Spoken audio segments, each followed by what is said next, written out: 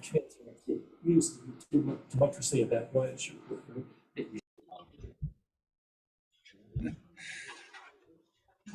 Does recording start? Okay, we'll kick off now. We welcome everyone to what is effectively the first working meeting of the new board that we start through. We have business from now onwards. Welcome also to Joe Ellis, Councillor Joe Ellis from Richmond, and board member, Deputy Chair, sorry, Grant Knowles from Golden Bay. Thank you both for coming. We will start off with the karakia, and we've invited Tony Corbett to do the karakia for our first meeting. She's a mana whenua in Motueka, and she'll be talking a little bit about it afterwards. But if we do the karakia now, we'll go from there. Just to put you there, not mana whenua, tangata whenua, and the difference for people who don't understand those two terminologies is tangata whenua applies to an Indigenous person from Aotearoa. A mana whenua person is a person who has whakapapa genealogical connection through their ancestors to this place, which I can't claim, but I certainly. Sorry, I that's fine. No, that's fine. It's the kind of more modern too. That distinction is only becoming more and more applicable nowadays. So it's a good opportunity to have people on those two terms. The karakia, did you want me to explain a little bit about it now? I think just to say we'll it? talk about it later on. Okay, kia ora. You can all see the English here, so there's a translation of the words that I'm saying, so this is pronunciation and the general matter. Manawa mai te mauri nuku. Manawa mai te mauri rangi. Ko te mauri pai au, te mauri tipua. Ka paparu mai te pō, tau mai te mauri. Tauri e, tui e, tai e. Thank you.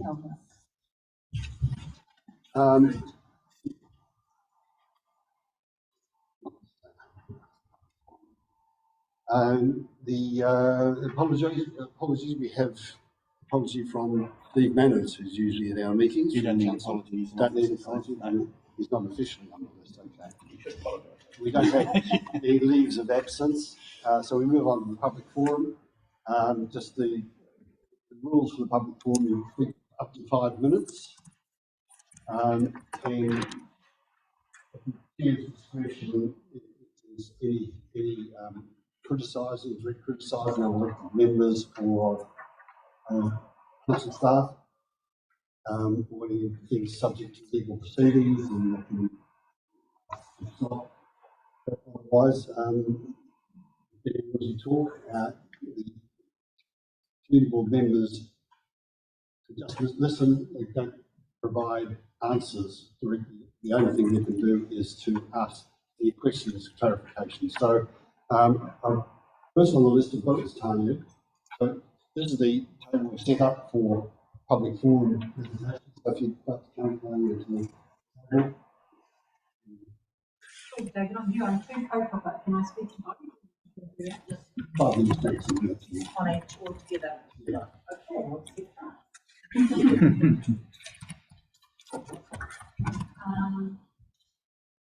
For everybody, firstly, congratulations to the board and to our council. It's really exciting to see the development come together. And as you know, I was in the running for the community board, and I'm not overly disappointed I didn't get on for some awesome people, but as long as we've got good people sitting out in the community, that's me, and I'm absolutely stoked to see all these. Congratulations. With regards to the karakia, it's becoming more and more the normal nowadays to embrace modern language and culture as part of our practices, and I'm really thrilled to maintain that practice also. I'm also making myself available to support any of our community members, councillors, or Te Reo Māori. It's something I'm very passionate about as a chief the culture plays in the community. So if any of you would like some support with pronunciation and yesterday is just one that it's one of my favourite ones. It's short and it's easy and it's a good starting point for people who are gaining confidence in skill.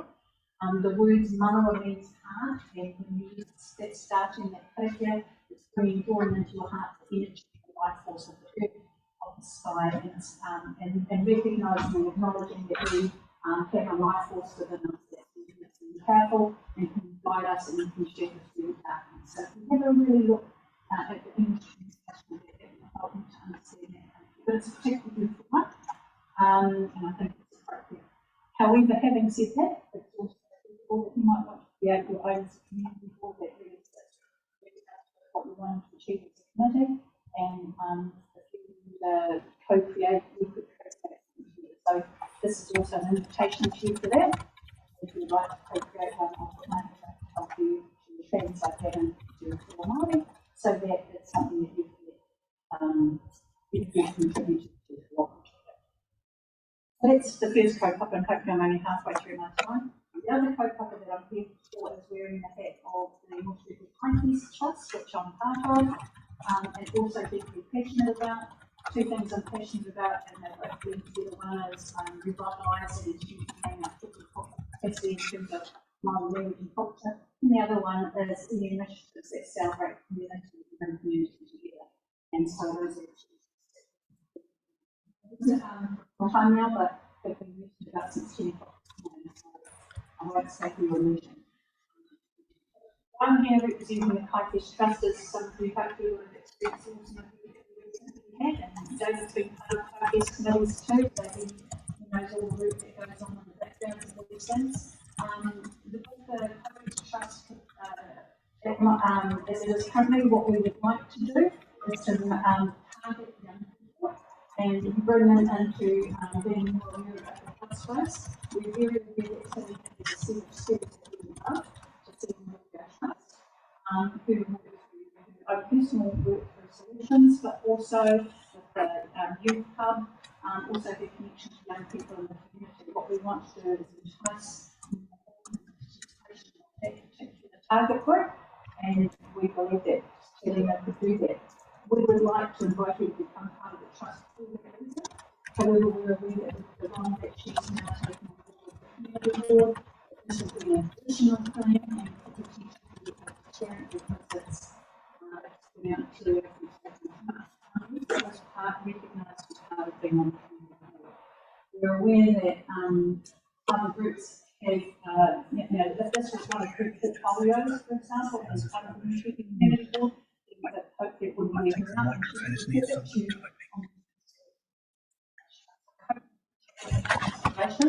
We're aware that most of the communities is funding through council and has been $5,000 for Kaitest, and we're hoping that might be a connection. So we would like you to please consider it, and I don't want to invite Selena into the trust. It's another thing that she's part of what we hopefully they should have a relationship. In our 5 minutes Yes. Any questions? Just a clarification. Need contact details? Or Yes, we do. David and Sarah. okay.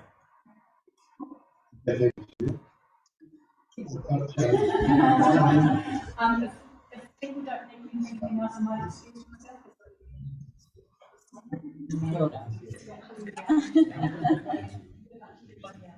Merry Christmas. Merry Christmas. Next is Mr. Hillier.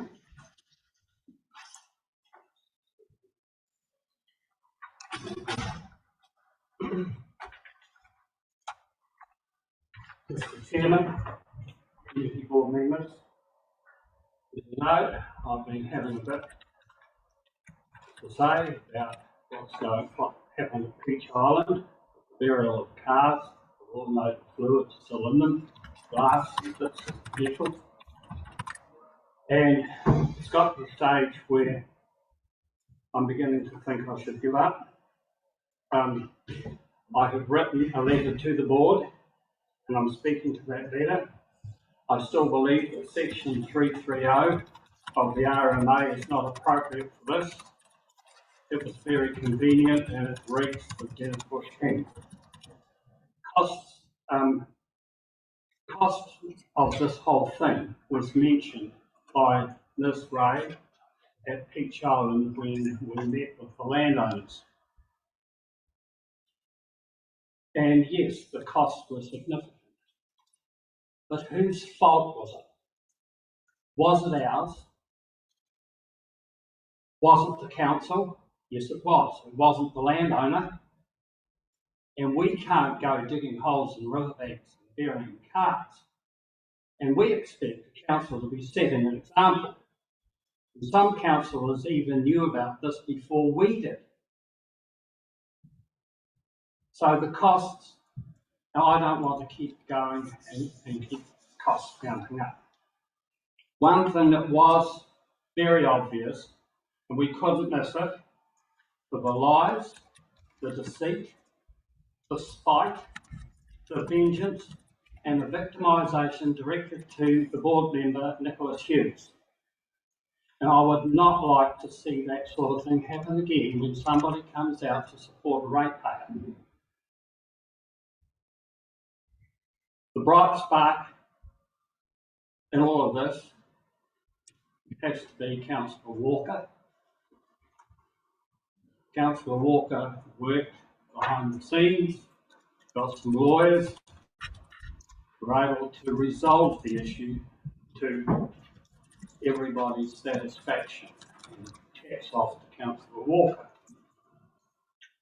But I'm warning the council, I don't want to see it again, because I've had some practice and I'm watching. Thank you. Any questions, Elliot? Okay, Mary and friends.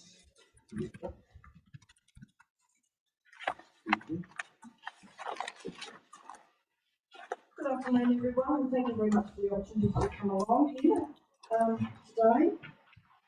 I just would like to suggest to the representatives that it would be nice to see you walk around town perhaps and see what footpaths are like where people can trip up and what you can walk along and perhaps get some plants on, card seeds, we're getting old, things like that. Way back in the day we used to do that later, didn't we? And there's one property in Brunswick Place that I'm concerned about elderly people getting marked with the spikes. However, I'm along here about Kia Sato. Kia Sato is our friend of town, and that was formalised in 1997. They first visited us in 89-90, and I would like to see we're now picking up again this year now that we've got rid of this issue, hopefully in the world that will allow people to travel again. I'm here about Kia Sato Gardens, and when this building was being built, we were invited along to discuss it, and it became obvious to the committee, Gloria Pegg is here with me too, that little was known about the gardens. People wanted to remove some trees in there and did not know the history of them, and when I'm no longer on the service, it may not be that history there. They're really important. Kia Sato Gardens was suggested by the staff of TBC to complement the Motueka garden that is built in Kia Sato, which doesn't have the plants in it because the 2 metres of snow would not cover them. Now, when we first looked at about here, you'll, from looking at the library going through the gateway, there's Kia Sato Gardens on one side, and it was suggested that we have Kia Sato Gardens in kanji carved on the other side. And I'd like to suggest that that could easily be done by the Moran. Further on to that, Kia Sato is very valuable to Motueka. We have an exchange of students. Kia Sato pay for everything for our student over there. We had one going in March this year, started again, we've had a lapse of a couple of years. The student pays their airfare, and that's about it, and takes spending money, and they seem to come back with it. The Kia Sato student comes to Motueka High School. They school for nothing with this inter-school relationship, but they pay the $260 per week. So that's an awful lot of money to come up here. They pay for their stay in Motueka top 10 when they come to stay here. They pay for the stuff that we put on. They pay for everything. So it puts a huge amount into this town, and I want you to be aware of that. So they are coming in September again, and I would like your support with that.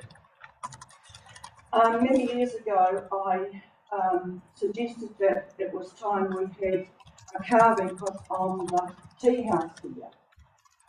There's been lots of buildings all around the town, and I think that it's time that it was done. They said that there was no money there. The Friendly Town's budget used to be $5,000. I would think that it's probably still there. Chiefly for Jenny Marchie.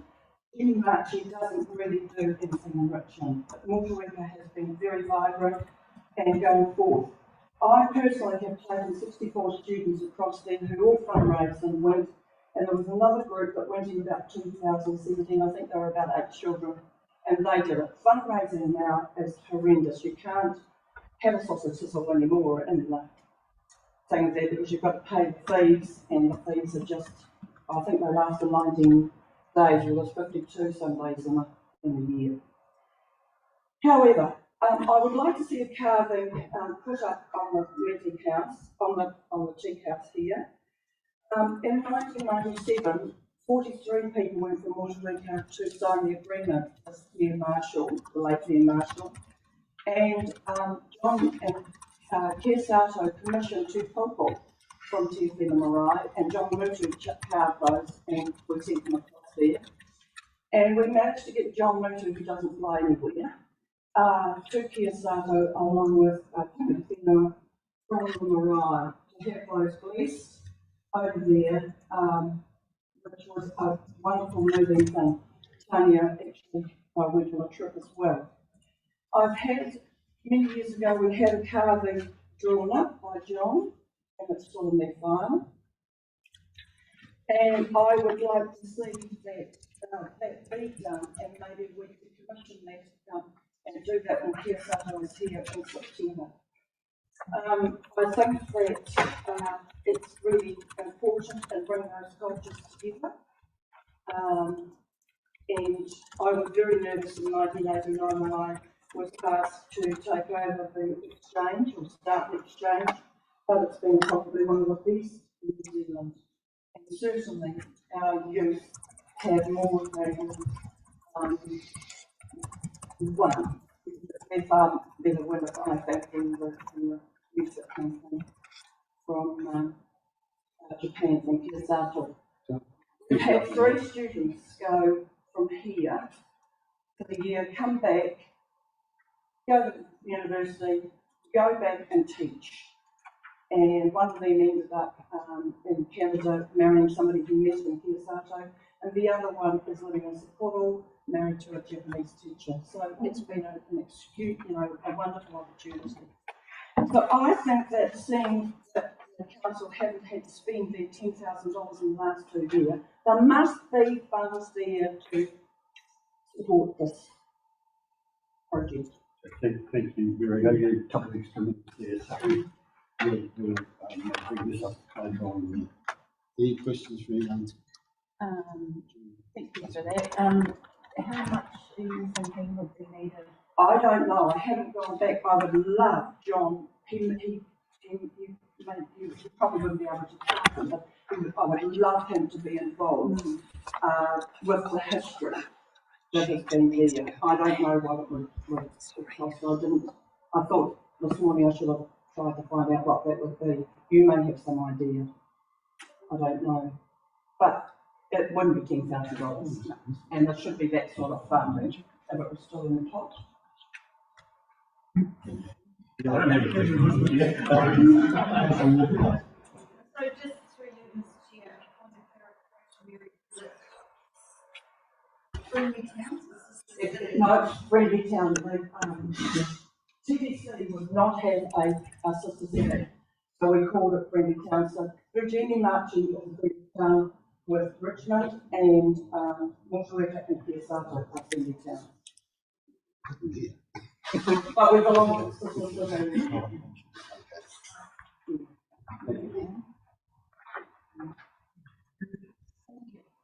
Thank you very much. Get on to the meeting proper. Declaration of interest. Anyone, the members have got a declaration of interest in any topics that are coming up? Discretionary fund applications or anything like that? Not? Okay. Minutes of the previous meeting held on the 15th of November. We've all had them circulated. Has anyone got any comment to make on those questions or disagreements or suggestions? If not, then can I ask someone to move if they are doing the record? Board Member Hutt, seconded. Board Member Hughes, is those in favour? Carried. We now have a couple of presentations, and the first one I've got is the Motueka Art Walk, which is going to be presented to us by Judy Fenton. Hi everybody. So I'm not here to ask for anything, I just want to keep people up to speed of what we've done. And I'll just say at the outset, I don't know about Friendly Towns, but the easiest group of people to work with that we've ever encountered. I'd like to thank Greg and a particular like to thank David Ogilvy for what they've got to. This started off, I'm a trustee of the City Gallery, but I'm also a resident in Tasman and have been for 42 years. We had a thing called the Art Walk in Nelson, which was a brainchild of Anne Rush, also even though he was a former resident of It was very successful and it was run very professionally, and the idea was to take the work out of the Suter Gallery. We have this fund of treasures that a lot of people don't see, the artworks held behind walls. We don't need to display so many. We put it onto the streets. They raised money, it was very successful, and at the end of that was exhausted, but it crossed my mind as a resident of Tasman that we should be moving it up this way. So with another trustee, Gay Kirby, who also is a property owner, next time came and he said it's a great idea. In fact, he gave us our starting funding, and we've done 11 pieces in Richmond, and we've got 11 underway in Motueka, which will start in February, and we move on to Clarkville. Then I have a plan about publishing a co-published one with Nelson, taking people from Nelson to Richmond, Motueka, Clarkville, with major artworks. Now, this IT specialist over here, the work that you're going to see here is the worst it's ever going to look, because it's me taking a picture of a building like this, going and picking a painting that I want to have on there, the guy putting imposing it on that without any board or any information sheet. So I do believe in under-promising and over-delivering. So this is me under-promising. So this is the moon block. Olivia Spencer Bauer looking over at Jalana. We've chosen works that are relevant to the area, or the artist is relevant to the area. There's one exception to that because it's just gorgeous colour, I couldn't resist. So I'll just quickly take you through, and you can ask me any questions you like. We're doing this as a voluntary, doing it voluntarily. We've raised enough funds to get us to Motueka, and a little bit to get us through Motueka, and that's just open to public subscription if anybody who wants to donate to us. We're very happy to take it. This is it's so able Tasman, isn't it? And that, I love the colours for there. That is he's so well known. It's gone out of my mind. Irving Major, and going through again, just keep clicking through. These are the two hammies on either side of the Guardian Wall, because that was so grey, and I thought it just needed youth and colour. And he's one of New Zealand's most famous current artists, Auckland based. He's now dead. This is a Victor Ocean more opposite, that is just opposite. That's another one of Adele. And then just moving through Seascape on Asif Way, that's a Strawbridge work. That will have a white band around it, and all of them will then have a piece here with information about the artist, why it's relevant, and a QR code that you can click your iPhone on and take it back to find out more about the artist. And then you can go into the Suter Gallery and see it. This is your local famous artist, Nina Hart, who was a Minoy, I believe. And this is next to Unicare Pharmacy, because the colours just seem to glow. This is Cliff Whiting, Maui catching the sun on the MSD building. And I think we've got, that was another version of that same one. And I think that's come to the end of it, is it? There's that's right. This here is the Apple Pickers by Rita Angus, which she painted at Riverside during the Second World War. So it's really relevant to the area, and that could be splendid going right down that white alleyway. It's a gorgeous modern piece of work and really relevant.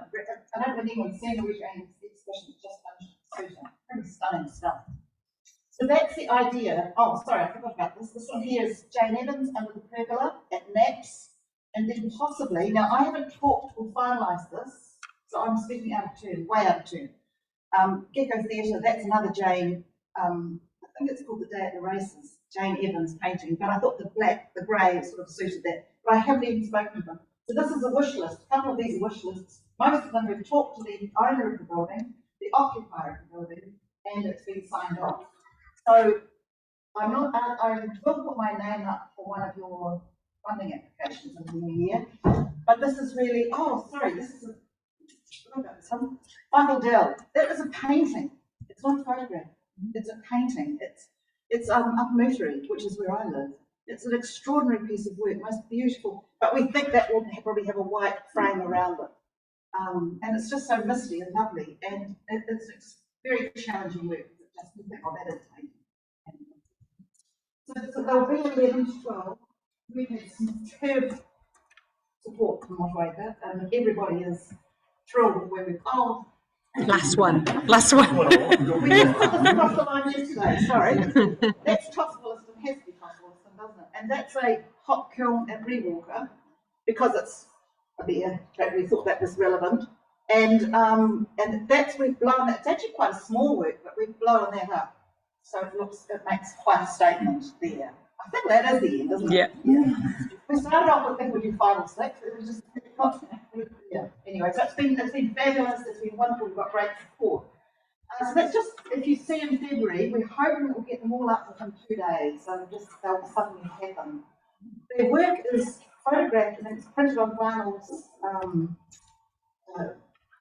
silk, and then it goes on an aluminium board, and then it's just 4 things into the wall. It doesn't cost the owner of the building anything, the occupier of the building, all of that, and install it for nothing.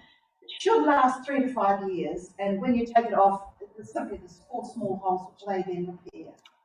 We've had very little problems with any confetti, which is extraordinary, but if it is, because of the vinyl skin, you can actually just cut around it with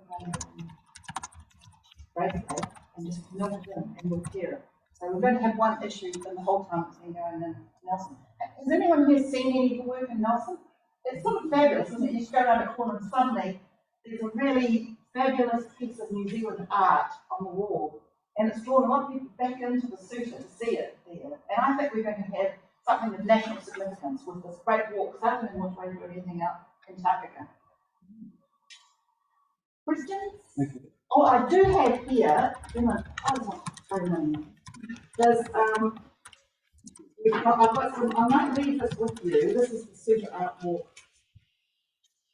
And just a couple of moments, a bit of history, and you can just fill it in.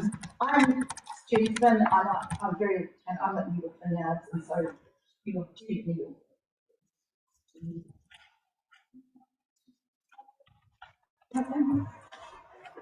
I appreciate it, so thank you. And to acknowledge that overweek, because I know you used to have a lot of that smoothing with the building over the bit. So I found it funny that I was the most unhappiest person who got one into that circle, so thank you. We put the colour that day. Absolutely. Yeah, so. Any other questions, comments?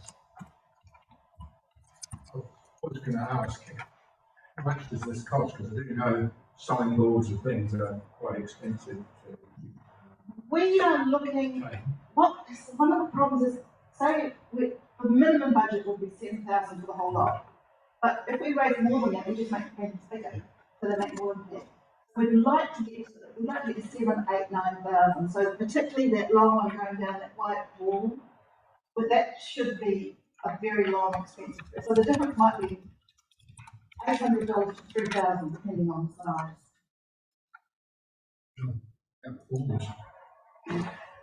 Anyway, thank you for your time. No other questions? Great. Thank you very much, Judy. Looks pretty exciting. That's why I wanted to have this. When I spoke with Judy myself, with David, I said this got to have wider information spread early. Yeah, and we're hoping that we'll become known in New Zealand as the Nelson Trail Runway. Thanks a lot. That's yours. The other presentation we have is from Kevin Forey. It's a follow-up, I think, to public forum writing in fact, a month ago. Have you fair to say? Yeah. Would you like to?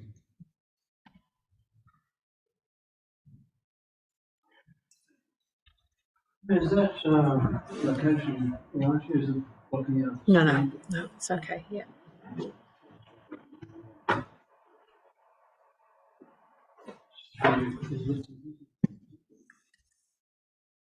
On the ground upwards. I'm borrowing from solar scientists and citizen scientists actually. Becomes a mentor.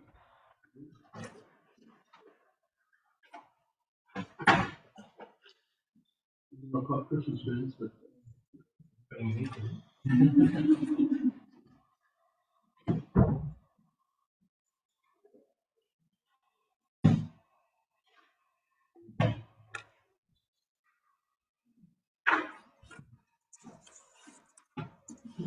so my way of introduction here is really mine, and I am a solar junkie. In the sense that I've got a solar system at home, 100% carbon neutral. It's a great feeling in New Zealand to be utilizing renewable energy at home. And we recently put our HEV recently, so we're going to test drive it down Christchurch soon. General charge.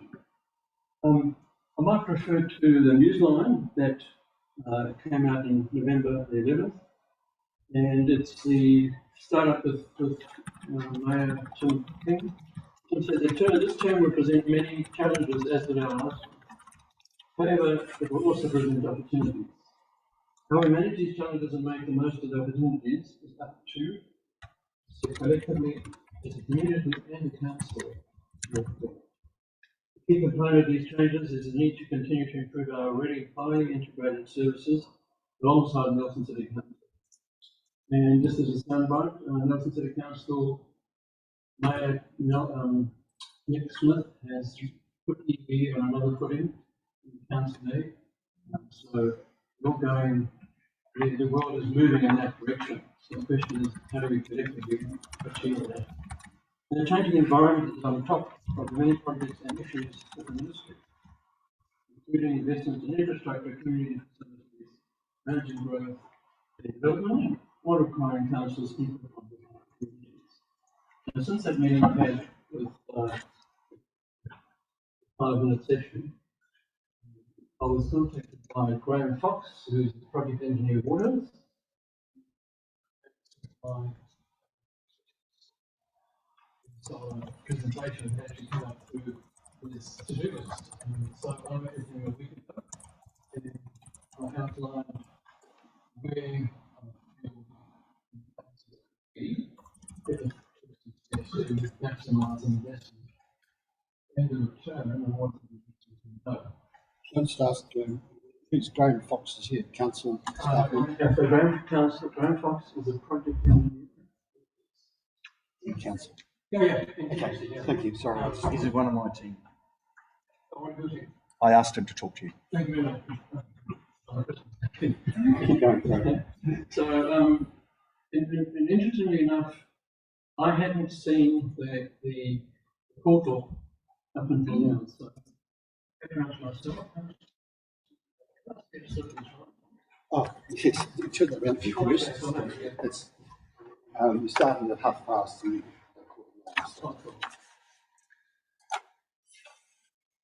So by way of background, what is my very first site. I sold that system to an owner, and he decided not to have monitoring. Emma, could you pop down to the daily overview? That little triangle up there. We go on to overview all years. What we'll see is that site is nearing its 10th year. And the first bar will indicate why he called it. Because the installer had not connected half the system. As is the case in Australia, there was a lot of work and things happened. But he found out like 4 or 5 months later. Once we fixed the system up, it's now fully paid for itself, and that's the feed-in tariff rate he's had over the time that he's had it. Thanks. Following that, we can go on to the next slide. So I developed an expertise in monitoring systems outside of being an installer connection. They don't like that because this is like spotlighting the system. This particular site, this is my fleet average in Australia, and if we pop onto my sites list, the relevance of the connection is that Solar Analytics is a scientific solar engineering company. It doesn't sell product. It purely works on algorithms to solve issues in the wider area. AGL own half that company, and there's about 15,000 systems in the management there. The first site there, Ruth, the only one I look at, that site is the Mayo Gold Coast, which is Tom Tate. I still running systems. And if you go to dashboard, for instance, we're now looking at a site in Narang in Australia, and it comes through the clouds. There it is. And then if you could go up to, say, that point there, then it'll come up and click.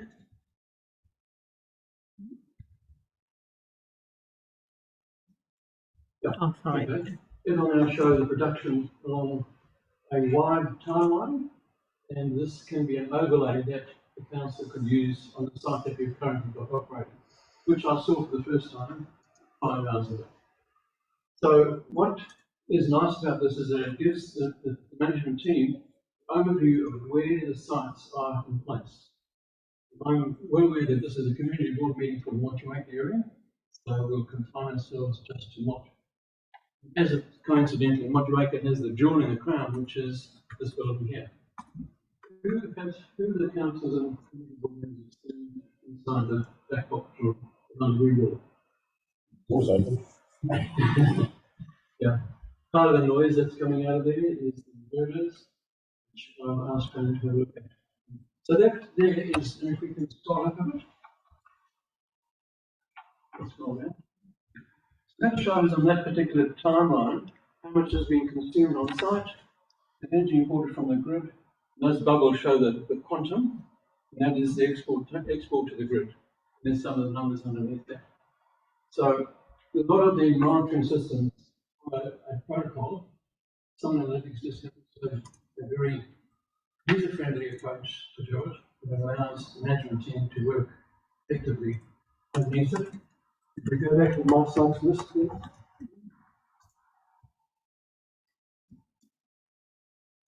And the team can down on the live data and download. We can download data right from start to finish and work out if there are any problems in the system. There's a problem in the system somewhere, but it's got to be sorted in an analytical way. Okay. Now, for what I saw the first time today, and it's really awesome. Could you talk? Yeah. Anyone seen those slides before? That's a down, no? From last year? Okay. Oh, have you seen those? No. Okay, this is what's happening in that room from the nearly 100 kilowatts on the roof is being translated onto the screen here. So this is the part that can be enacted straight off that the library can utilize and see what's happening within the system. Could you click on the, I'll stop here. Okay, so, Yeah. So right now, 53.4 kilowatts of solar energy is produced, and it corresponds to 67% of, oh, no, it's gone up. The sun's come out. That's how fast these things happen. So we are now nearly 100% utilization of solar off the roof to power the air conditioning, the points of reference, and the electronics. Click back on there. Just back on that one. So in the center of it all is the back on you. And look at the current go. If you look at here, this is your export to the grid. 56.4 kilowatts is being to the grid. And this is the jewel in the crown. It's the Father Christmas present that we've all been wanting, because I've never known the quantum of energy that's being exported. And if we go back again to click on that button, your consumption from the grid is the blue one. So it's entirely, obviously, because it's less than what's being produced, we've got it entirely out of the power. Back on there, please, Emma. The battery one hasn't been attended to yet. It should be showing what is being drawn from the battery, because that battery is nearly 75% charged. And there's a big bank of batteries in that room. If you wanted to pop into energy balance and just on the yellow, any one of the yellow one lines, it's going to show what the feeds are and how it works. Now, technically, this doesn't have to be driven from a laptop. You can sit on a screen, particularly in the library, and people can see the effect of what solar is. As it was said in the introduction, we have the jewel in the crown of all the 5 systems that are in the Tasman District portfolio. This is the biggest one by far, by 2.2 times, and it really is a great platform, I believe, that council can, through the data of the customer design, around the area. So that will set an area in London, that can be on the rolling screen. Tasman District Council's contribution to climate change. What are we doing about it? How's it working?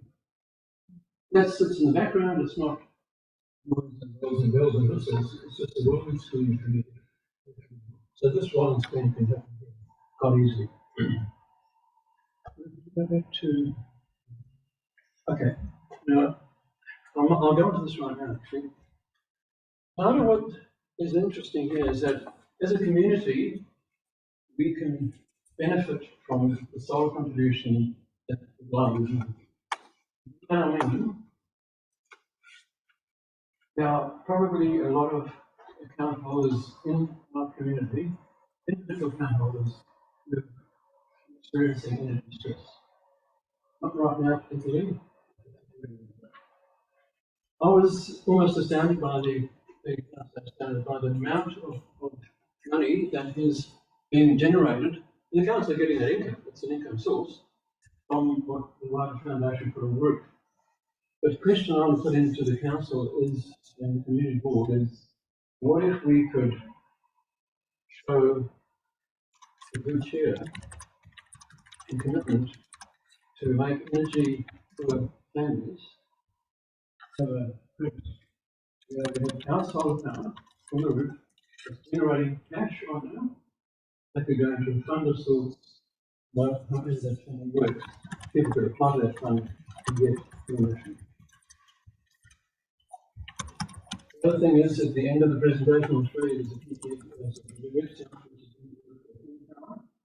in Aotearoa, wanting to get a combination of solar providers who've got excesses to be able to bypass going through to setting up accounts, log in and have their accounts, some of their power paid for.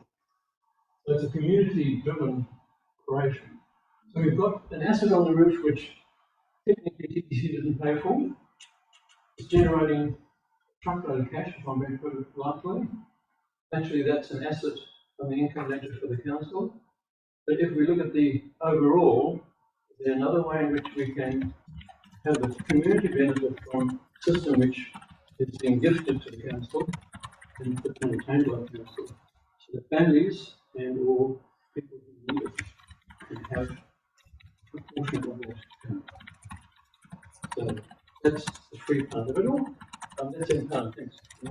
This empire is really new in the sense that they want you to crowdfund their application. So there's quite a lot of technology to drive it.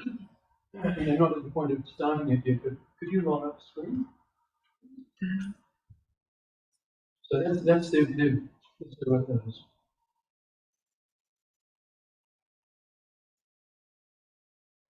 Thinking, Kevin, how much longer is your presentation going to be? So your time is technically up. Yeah. So the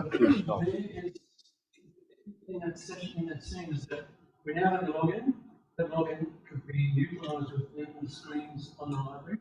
So people can come in and sit down and look and see. EC is doing something. You know, you can't hit the roof in that building. There's about 309 panels in that roof. You can do over it, you can't fly a drone anywhere because you're within the air traffic control zone.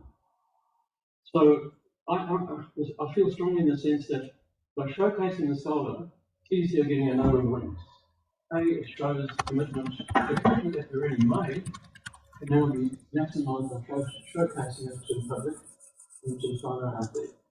And if we get to the point where we can actually build it out, initially it could just be a fund, and then people can apply to that fund, or families who are distressed can apply to that fund. Because it's a cost neutral thing to the council. That income is not used, it goes into general rates. I'd like to see my rates will come down, but I'm not going to get it. So that's the smart I'm looking at it from, and I'll be passing on details to Graham Fox in another presentation. But as far as the jewel in the crown, what you aim for is it. It's got the highest return of assets within the portfolio, and partly that could be to help community who might be suffering. Thank you. Yes, yes, Two quick questions. Across to the end, so there's obviously the original outlay of solar panels and solar computers, so the cost involved in getting the system up and running is really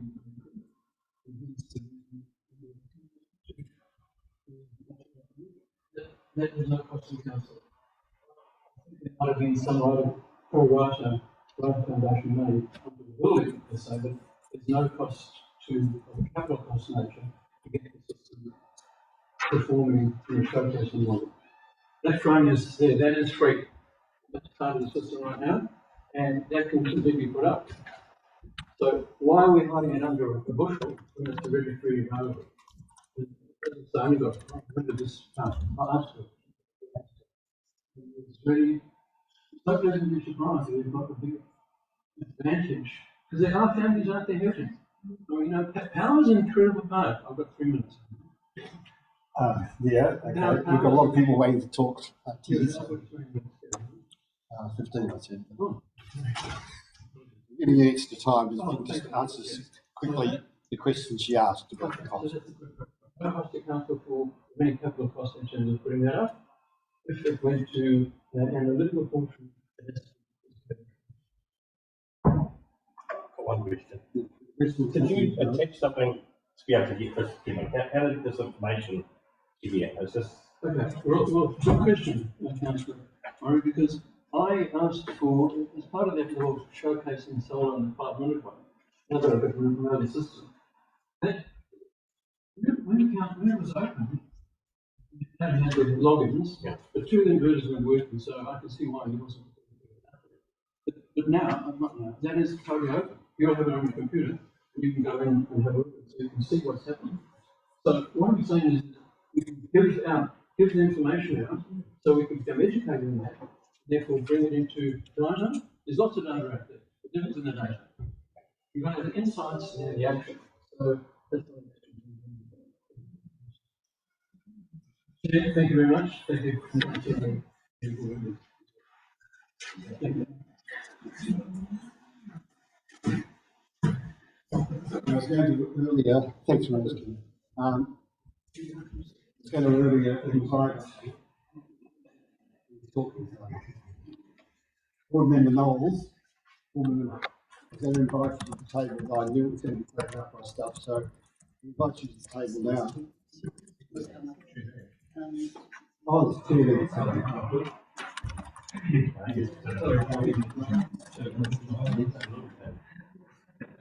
Councillor Ellis, would you like to join us as well?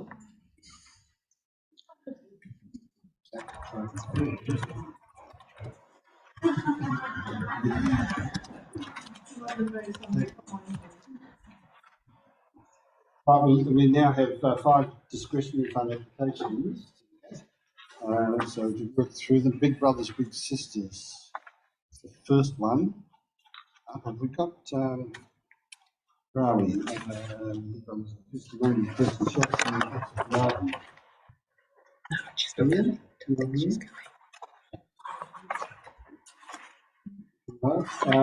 Does anyone wish to make comment about it? Yes? I think it's sort of every year, the usual people do it. There's no questions in the shops.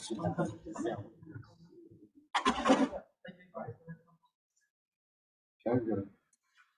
The next one is for Neds and Theatre, and we do have Helen this week. And do you want to come to the table here, so if anyone's got any questions? No? You've asked $500 for refurbish the stage area, especially the curtains. I believe next to the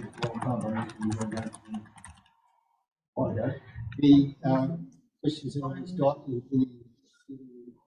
perhaps it's not something we should be supporting. My son used to go to drama classes there, and I would just think it a great day. We're doing a lot of upgrades on the whole building. We're getting it all. I'm tired, so I'm happy to support. I'm going to support too. If you able to $500 to pay for all the curtains, so. We do, we have a former community member who volunteers in labor and so we just need some funding for the material.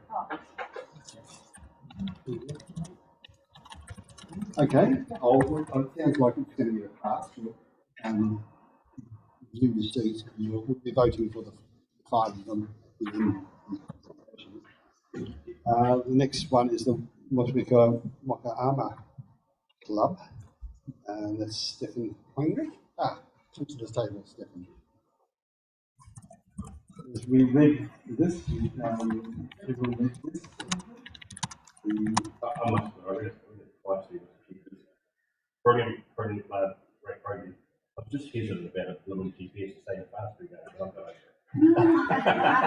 It's more motivational. We had about 50 odd kids sign up with us in September that have the big goal to go to the nationals.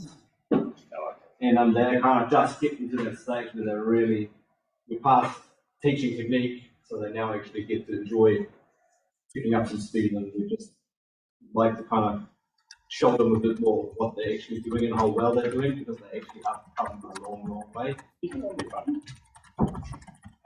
download it, but yeah, like some of us coaches, we do have the $800 GPS watch, but not every coach can afford that. And it's rather small, whilst if we have a big GPS that we can mount onto the Giato, actually the kids can actually look at it as they pedal. So that's why we about this big, but it's big enough for them to see. And yeah, the club just we had to buy a new walker. One of the donated ones has had to be taken out of commission because it's too old, had a lot of damage. So I'm afraid everything in for the new walker for the club. There's already quite a lot of in-kind time. Most of the coaches are putting a fair bit of time into building up team managers and actually teaching the kids to steer themselves and look up themselves. So we're just kind of hoping that we can get a bit of outside funding to kind of help with the motivation for those kids to keep them in the sport, really. The biggest goal is if we could keep them 50, that would be awesome. Any questions or comments? Thanks very much, Stefan. And finally, Motueka Repair Cafe, Kelly Ann Robinson. Yeah? Oh, it's not from the youth. Does anyone know any more detail about it? She's not here to explain. I must admit, I didn't know anything about it, so I googled it this afternoon. And it's a nationwide organisation. So basically, it teaches youth management as not necessarily youth, but adults as well. And the closest one that we've got to Motueka is Nelson, which is correct me if I'm wrong, I think it's Nelson. Because I wasn't sure either, so I looked at it and I thought actually this is really good. It's yeah, it teaches people, there was youth looking at how to fix technology things and computers, and so it's all run by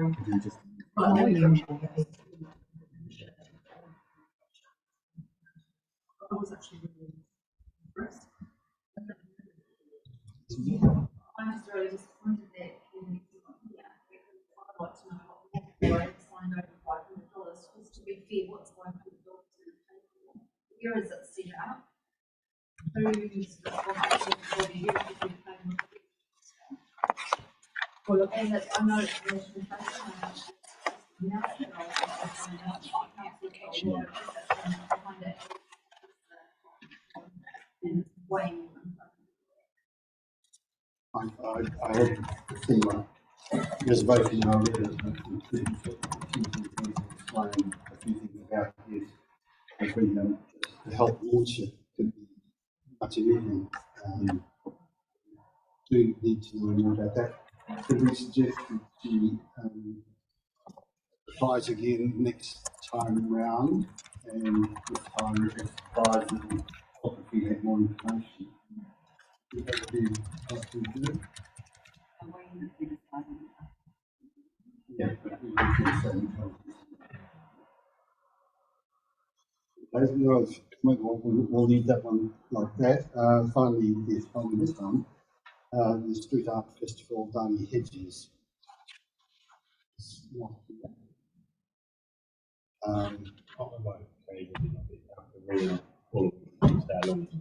The funders that are behind it really are.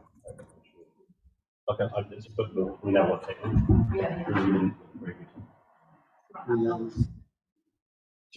Darney did apply to the previous community board about a year ago, I think roughly, for a similar thing. The festival obviously didn't take place, and we don't know what reason for that.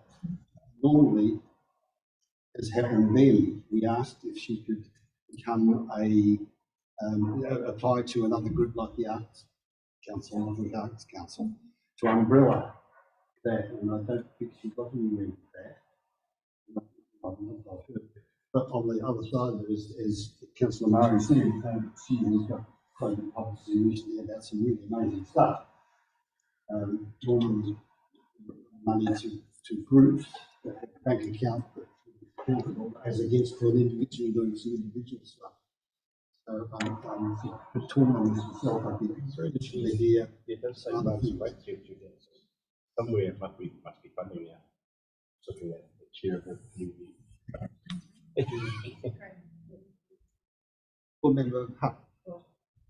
Just to elaborate what Councillor Murray was saying, with there's no conflict of interest monetary-wise, but I know how Sheffield Don is gone into Danielle with our town my way has been helping with patients and in touch with people, so she's been really proactive in trying to inform them about patients, and so she's not sitting working on it, she's really on long way to obviously you can only apply for certain funds through channels, but like the community grants, we apply for that to the grade students apply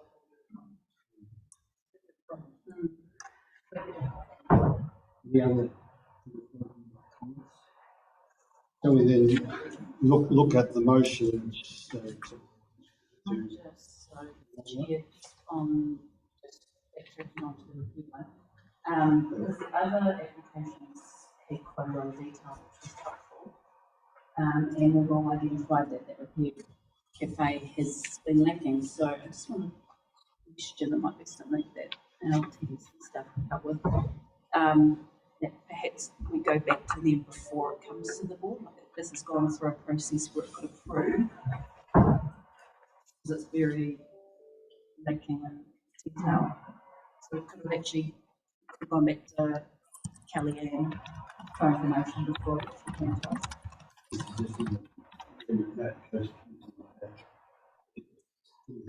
Sufficient information, get more information rather than waiting for the moment. Yeah, just because the next meeting's in February. It looks like it's on different. It does. It's the website.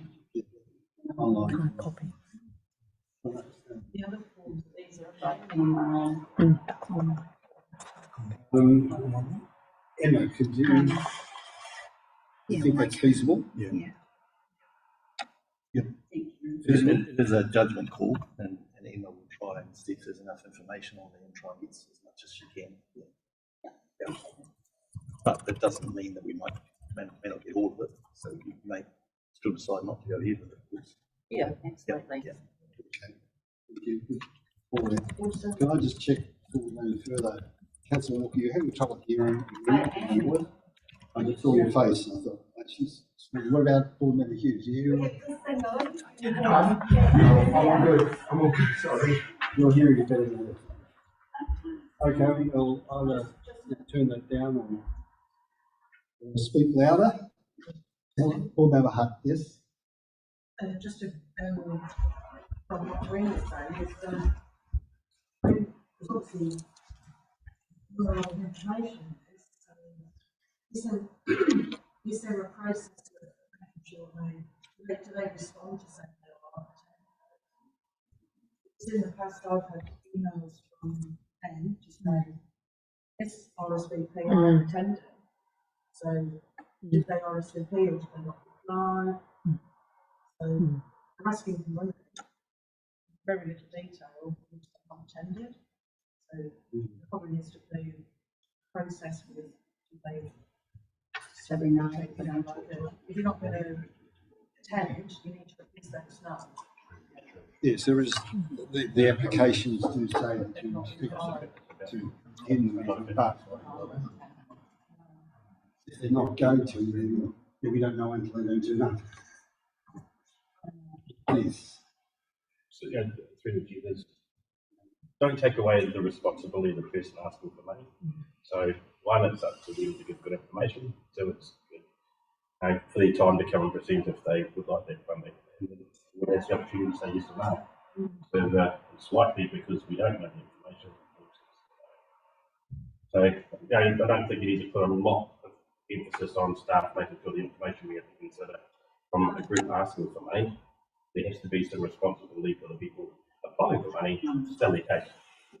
Because in the room, we've got people that have taken a time out of their day just to come in, and we didn't even really ask them a question, but that's the importance of what we are coming for them to get done.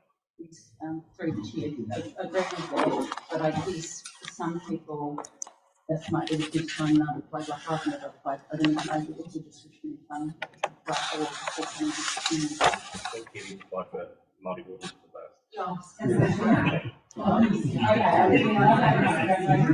but I'm just saying, like, for some people, this might be a new process, and just to give them a little bit of leeway, but it's granted that they actually know the process. Well, I will write to, or depending on how we vote in a moment, if we decline that one, I'll write to her and point this out. So we do need more action. Put that in the action list. So we'll go to the draft resolution. To go quickly through them because I think we know the answers to all of them. For the Big Brothers Big Sisters $500. For the Imagine Theatre. Yeah. For the Waka Armour. Right. For the Cafe. stick with what we just said. Okay, so you decline at this point, but to write back and try again. Because I think there is a genuine appetite in the room for us to see the community, and way more information. Yeah. So if it's helpful, just so we didn't have enough information to consider replication rather than decline. Yeah. Okay. Thank you. And for the Street Art Festival, $100. So if we modify the draft resolution to suit, you know how to do that? Yeah. We want a mover and second for all those. Yes. Yes. More information, yes, basically. For each one of them. No, Yes, just no one. just one, Yeah. one mover and second for the whole Yeah. lot. The next step was mover and second. Mover, someone to move. Yeah. Councillor Dowell is going to. Okay, I'll Seconded, second. Board, Deputy Chair, second. Graham. All those in favour? Against? Carried. Right? Yeah, perfect. Oh. Go through there. Now.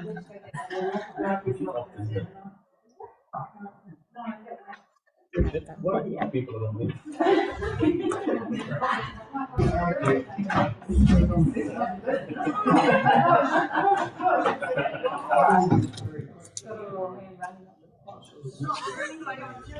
What's that?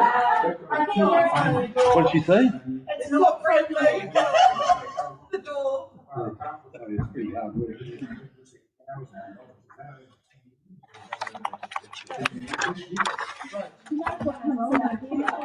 Go on.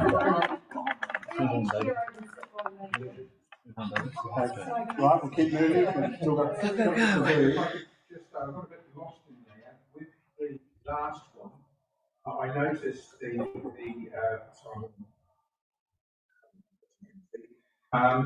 Right at the end, funding for the Arts Council, they received a lot of money, and I was wanting to ask how far apart that was. Like, is that over a year, 2 years? It's not like they haven't received just the funding for doing another miracle.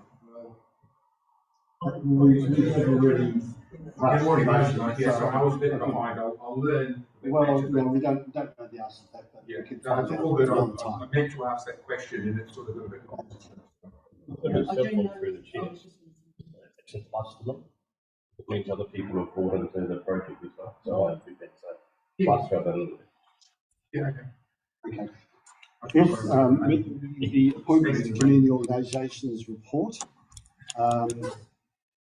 We have been through this, that we formalise it. I think there's enough information in there all the way through to explain what's going on about it. So,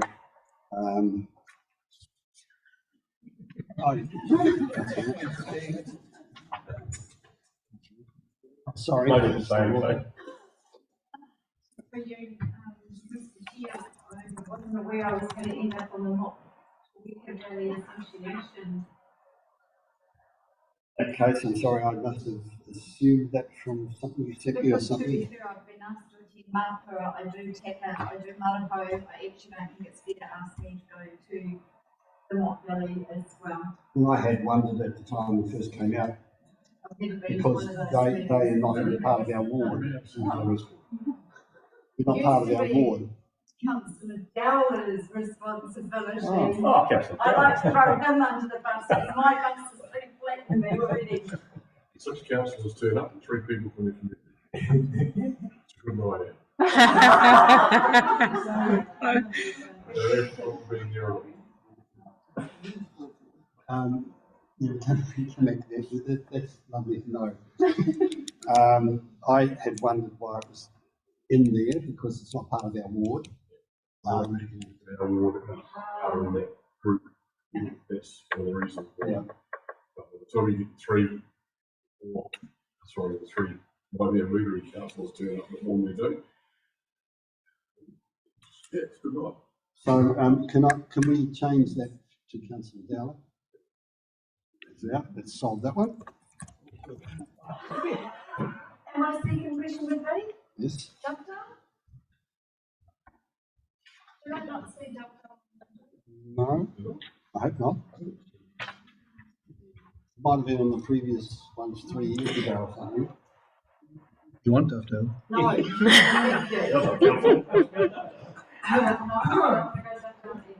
Well, You are always in meetings.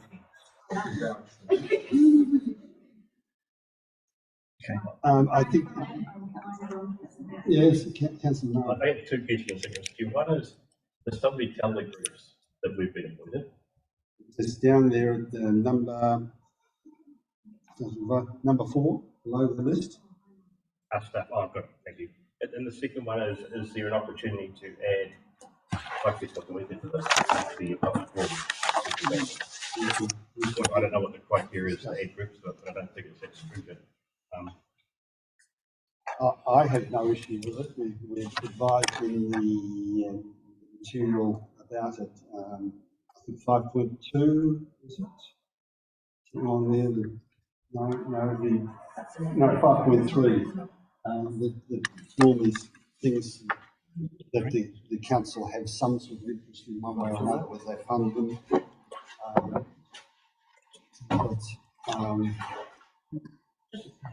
I think this would be the discretion for us.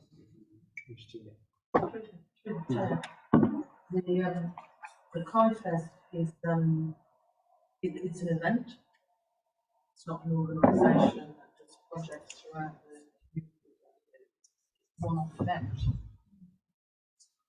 So I'm not sure it's really relevant. I mean, in that case, the statute already goes in there as well. That's just not our town of the it's the non-regulated charitable trust. So if the contest goes on the condition of non-regulated charitable trust, because that's a one-off event.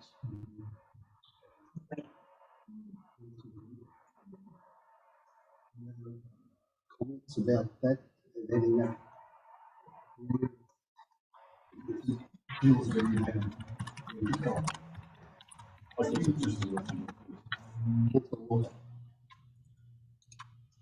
I wanted to ask, but didn't actually think it was appropriate of Tanya when she was explaining that if Karina was appointed, it wouldn't move around. But I actually don't see the difference between Karina doing it as an individual and doing it as a community member. It's still her time, it's still her personal resources and any other thing. So I was a little bit confused about the proposal that Tanya presented, to be very fair. And I personally don't believe that we should be asking a board member to sit on a one like festival that would train the right as an individual. Probably the benefit to be a bit more of why they want the community board representative on that particular. I think it was for you as an individual. On the 3 boards.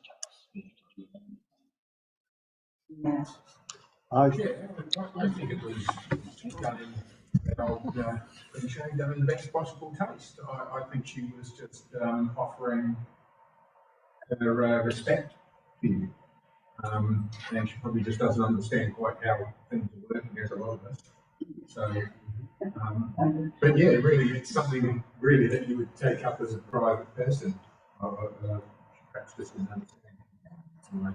And I would just like to point out that my understanding is we were still looking at the 5% application through the grants. Regardless, and actually we would have to take away the fact that we were sitting on their team. Because we sit there and we look at all those applications and we get the warrant and credit for what's there and also who else has applied for that bucket of funding. So I don't think bringing up that TDC, giving them 10K, is actually relevant to the community board putting a representative on there if that was an area of what she thought she was to the box for. Does that make sense? More feeling of not taking that step at this point. Now, Yeah, I'd just like to say I'm completely in favour of the project, but there's different mechanisms for funding that and appropriateness of representation. I don't think there's anyone here against the thing. It's so, okay, I'll leave that one off, but thanks for bringing it up again. I'll be back. comments there. We're all clear, I think, hopefully in the discussion around it, what the role of the liaison person is. I also wondered, I put remarks against the ones that have probably don't apply and could come off that list in the future, and the ones I've noted.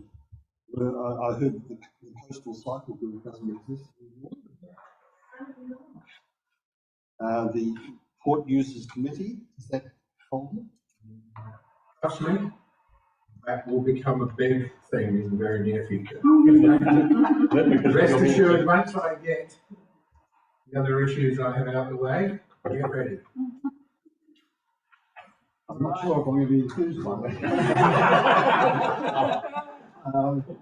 They don't exist at the moment, or they're just not They meeting. do exist. They are very vocal and they are very unified now. Okay, So, we'll leave you on there then. yeah. Okay. The Lower Motueka River And Care they'll be Group, wanting their money as well. Lower Motueka River Care Group, Swimming Pool Committee, and Sport Tasman, all those names should not be there, I suppose. Okay. And therefore, if we, yeah, I think we remove those ones then in the future. So with the change there for the Motueka Valley Association, the rest of it, someone like to move that we receive the appointments and make the appointments as written out there in the draft resolution Yeah. for the next 3 years. Board Member Hutt, move, seconded. Board Member Hughes. All those in favour? Against? Okay. Thank you very much.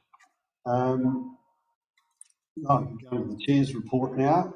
Hopefully, Oh, there's the intersection as well with council standing. You passed a lot of them. yeah, we passed a whole lot, yeah. Oh, sorry, I didn't read them out. When I was reading out the list, those two, and the third one was the 3, 4, and 5. You got a problem with it? Well, no, I just had a question. I was just saying, sorry, I didn't mean that rude. I just been passed the whole lot. I was waiting very quickly. And it's probably a question to. Sorry, Board Member Hutt. And it's probably, if you're okay, staff member. Oh, yeah. It might be a question for Em, I'm not sure. So when the link came out with the calendar for 2023, because I'm on the operations committee, so I was looking through that and I couldn't see any. There was lots of gaps. So Yes. is it not fully? It's not fully done. I've got to chase that one up. The only one's in February, and I thought that's great. That's great. Operations committee meeting once next year. Yeah. So, okay, that was my It should be question. every 6 weeks after that. I think it's the 23rd of February, and it'll be every 6 weeks after that. Thank you. You You can- may continue. Blakey, I've got another question in there. Oh, sorry, you can. The regulatory meeting, which I'm rather excited about. Me too. How often do they meet? Every 6 weeks. All of them. It's a new name. Oh, I actually had another question to ask. But you know, that's environmental regulatory now. Thank you. That's right. everyone. Thank you. Could there be, would there need to be a number 6 there that all members have their calendars sent to them? Oh, before that's future just an meeting? administration thing. It's That's what happens. yeah. Yeah. Okay.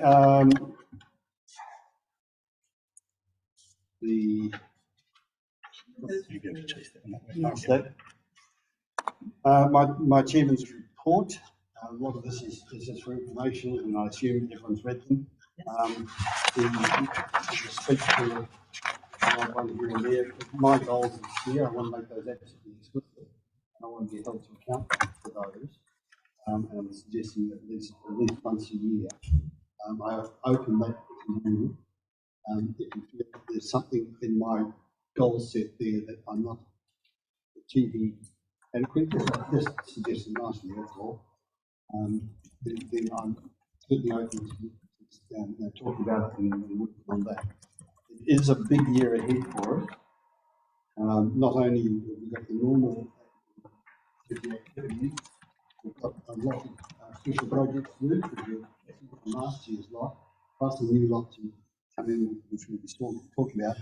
And after years and years of always complaining that nothing much happens here, justifiable or not, we now have got 3 projects going from government money, which are going to be helping Motueka in significant ways. The better funding money, the infrastructure money that's going to go into the subdivision area there, and just the transport choices, Motueka, which is cycling and safer streets and design parts of the city. There's a lot of work for us. We'll need to get through meetings, even though they're cordial. Do need to move things along, and please, you'll get used to it, I'm sure. Do please ask through the chair. Don't say through the chair, but wait till the chair's call rather than having conversations between people. And especially, my house, it's pretty good, but I think this sort of raised like this or a look like that. I'm not sure if that means can I speak or not. Council looks very good at it. I can always see a big point up. As long as I can see and I recognise that you've got the call, then I'll do it. Okay, if you just maintain that, we'll get through meetings much more quickly.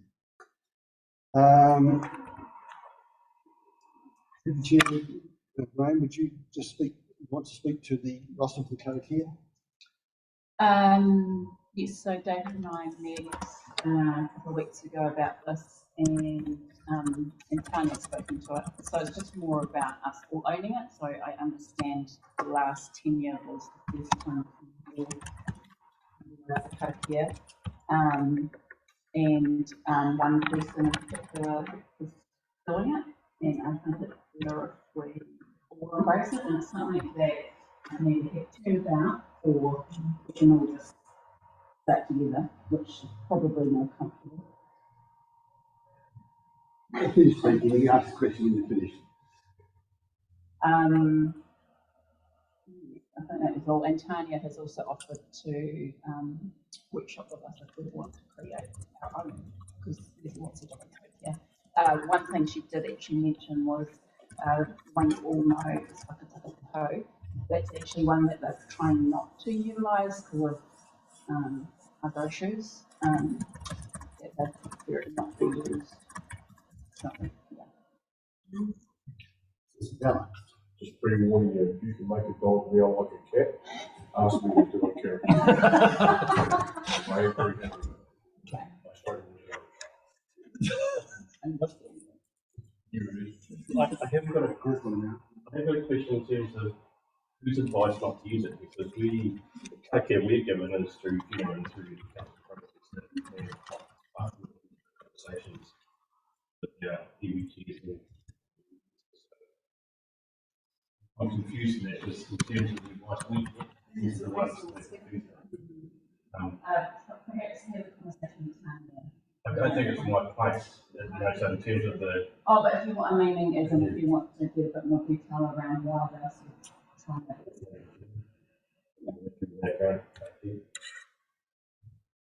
First I do, okay.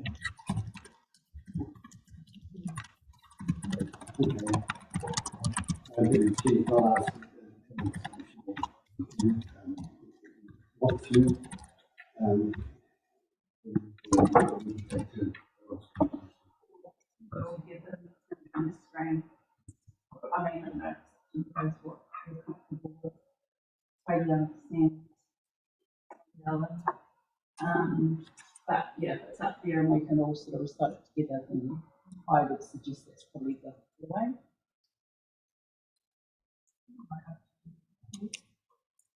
Yeah, that's really Just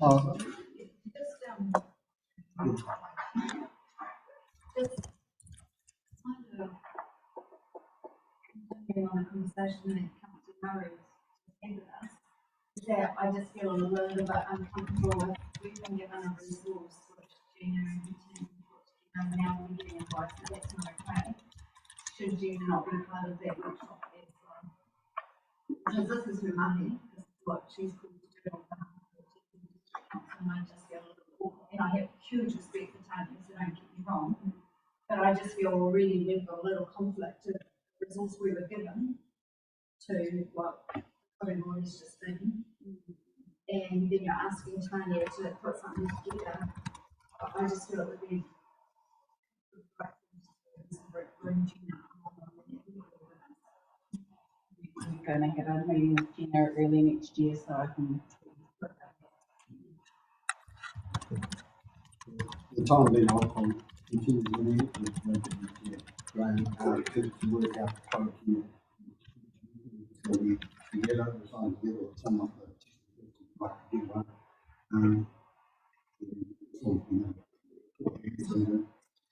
So that'd be fine. The other question about that? Okay.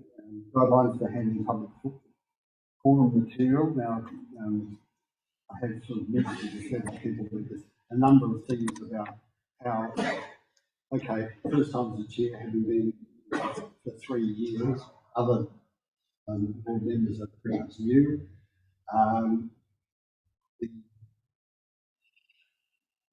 Whatever rules there were, or have been, or implicit about what we do after public forums, have been, that's come to the head a little bit in the last term, when Councillor Walker on occasions pointed out that it's rude to have people entering in public forum and never responding to me anyway afterwards or anything. So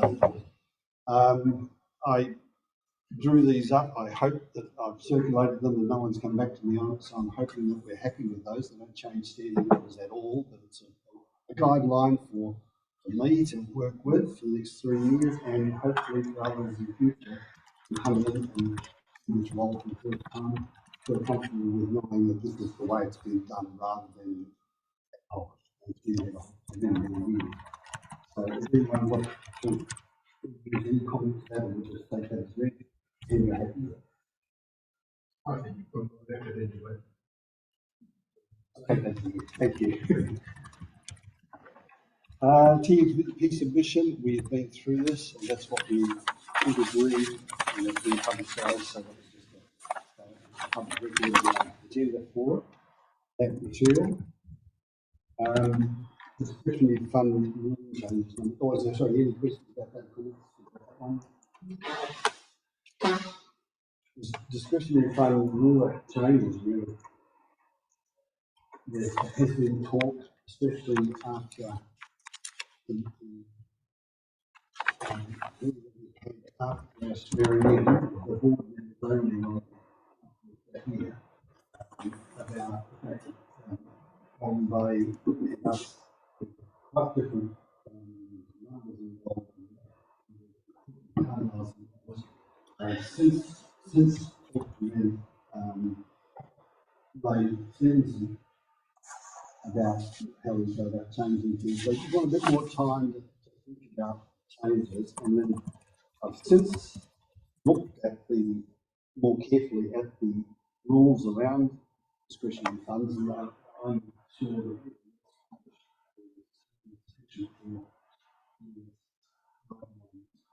so I think another look at it.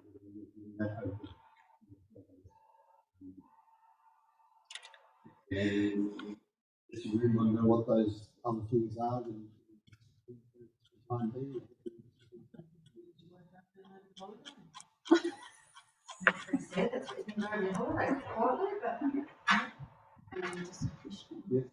In our discussion, in our workshop, and this might be some stuff that you might work on, but I think we were around 1,000. We were trying to align it with Golden Bay's as an amount and frequency.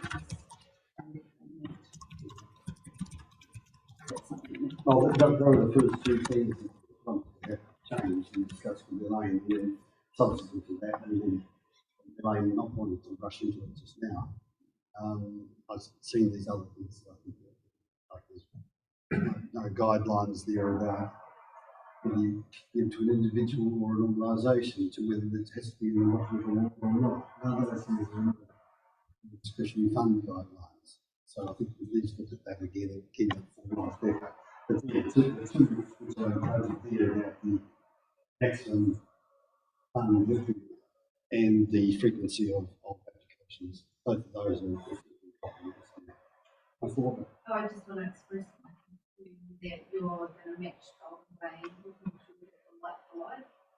I think if you look at the applications Golden Bay gets, I doubt that Motueka would be on the same level. So, no disrespect to Golden Bay, but that's what they do for their community. I don't actually think that you should put us in the same bucket going, well, that's what they do, so this is what Motueka do. I think Motueka needs to be looked at as an individual from yesterday. I can assure you that that's the case. We've got about $700 from $700 rather than $1,000. It's every case we have.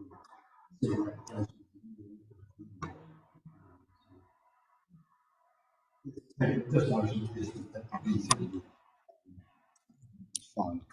Okay, we'll move on to special projects. There's a bit of work involved here, so the thing out there that all the stuff in the appendix has got the current two versions of the current rules, which is appendix, whatever number it is, the summary of criteria for a special project.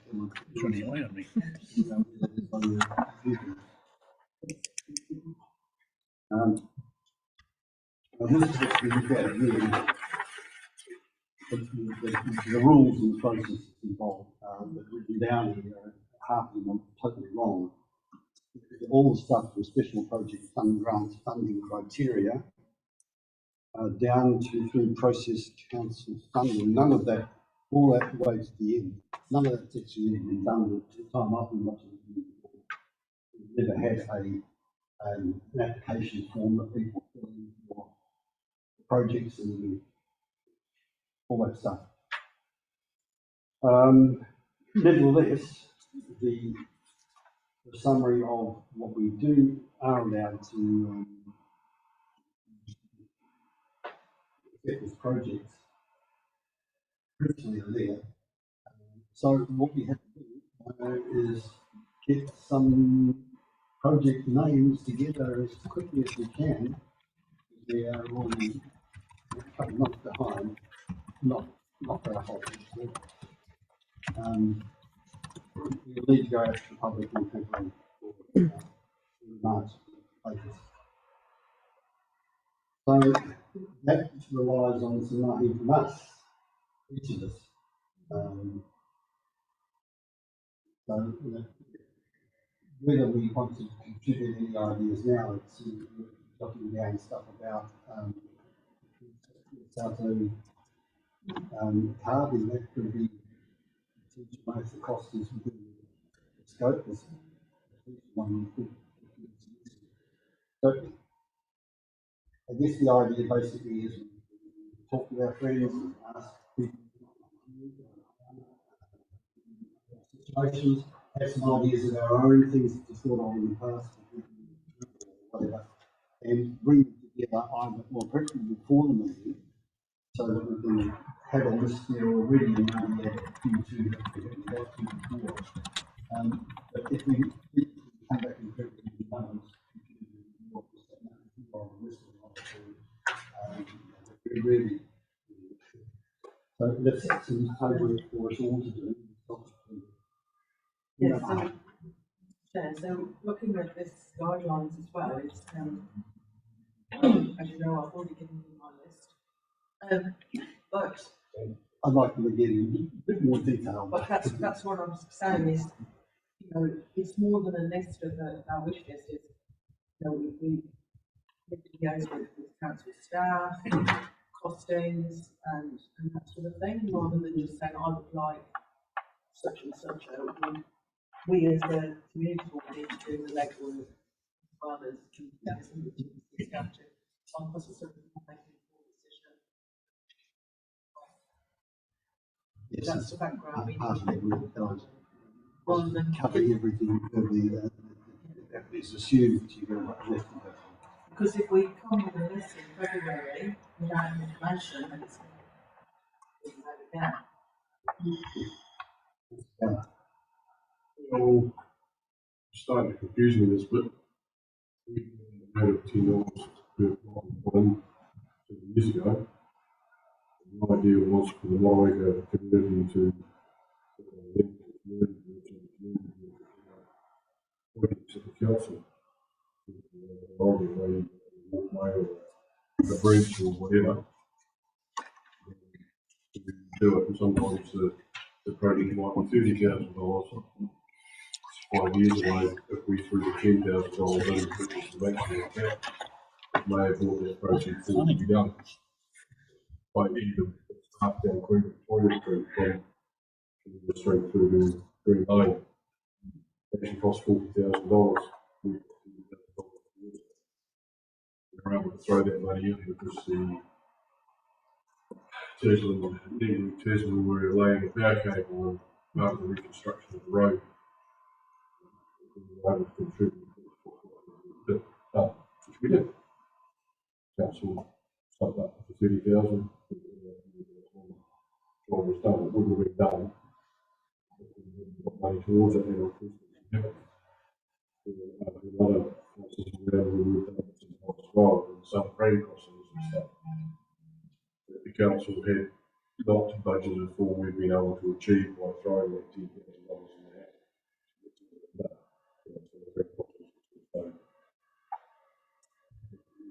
Liability excuses. So that's your idea, it's just not wanting them to go out there and say, you know, you've got this and you've got that. Maybe just a probably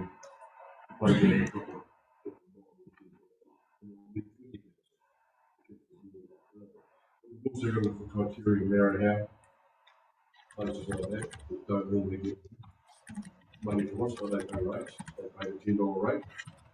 That's why it can't be sitting outside the area, because it's short for most people in that area. Regional property. That's how it was set up. It's how I see it. Tell me if I'm wrong. All good points, yes. Usually started out with say $5 and increased to 10. And main priority of it were cities that were low priority and much higher priority. There have been times when projects that were not council priority, some money, one that social keeping in your heart.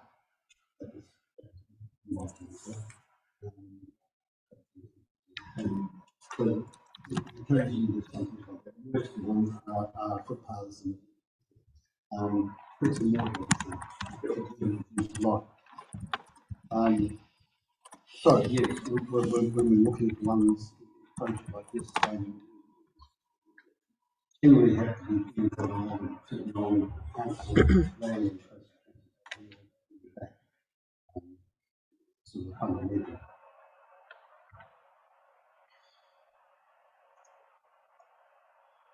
We don't want to have a big area of the dog park. It was voted top. Turned out that done by council because of why everything got So, and I guess that's exactly it, is that if the project isn't a project that's already in the LTP, is the staff time and expertise do can get cost for it. So wherever those projects come from community art, it's often outside the scope, like we've had a couple of those. But then things like the skate park, with that little bit of leverage funding, has resulted in a considerable project. So it is going to be a balance. But that's why traditionally footpaths, past road crossings, because they're already planned, they're already designed, they're in the plan. okay. If there's no more on that, that's our homework. Hand up. Thank you. I can't tell if you just look at me like that. But in addition to that, there has been new projects like the outdoor gym. So it's important as well that we look outside the square for things that the community benefit the community. Just saying.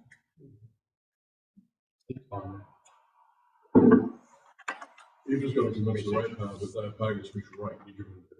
Yeah. And it's got to be through the whole, not just a select group.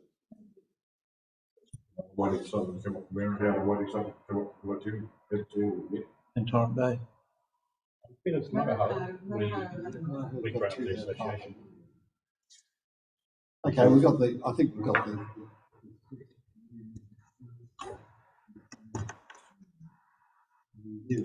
guidelines you need really. The next item then, if you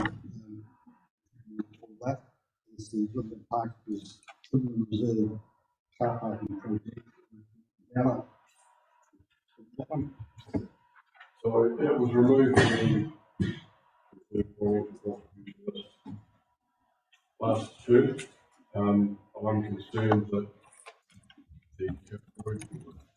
the council adopted walking strategy is going to remove the car parking on both sides of the road down Old Wolf Road. If you like going in there some Saturdays, you'll see the overflow from the recreation centre just down on the road, down the street, 50 or 60 cars parked out there. And play around Hufford Street sometimes. There's other areas in the town that are also going to be affected, but that's another issue. So I've asked for this to be reconsidered. So staff have talked to me about it. It can't happen now, but they will bring it back to the reserve financial contribution list for 23. Go back in there. We are getting the toilet block down there, which is happening soon for the kids' sports schools up the top end. The car park was ideally put there. So granddad and grandma could go along and sit there on a cold, freezing day and watch granddad or grandson or granddaughter play sport. So it's also going to help. My critical part is the fact that when the car park is removed off Oliver Road, so the roads are put in place, they will have somewhere to park with it. Go to granny play.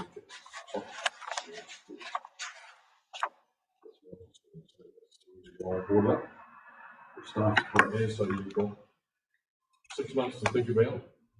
It'll be bought back here. Reserve financial. It'll either be in red.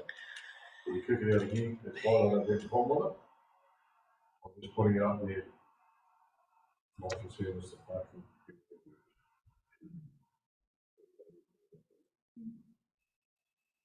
A lot of visiting teams come over here with sports teams from Capoeira, come and play in Motueka kids.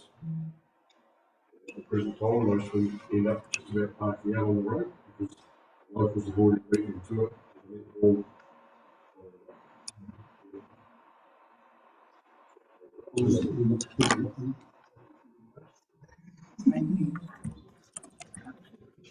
Yes, we'll remember.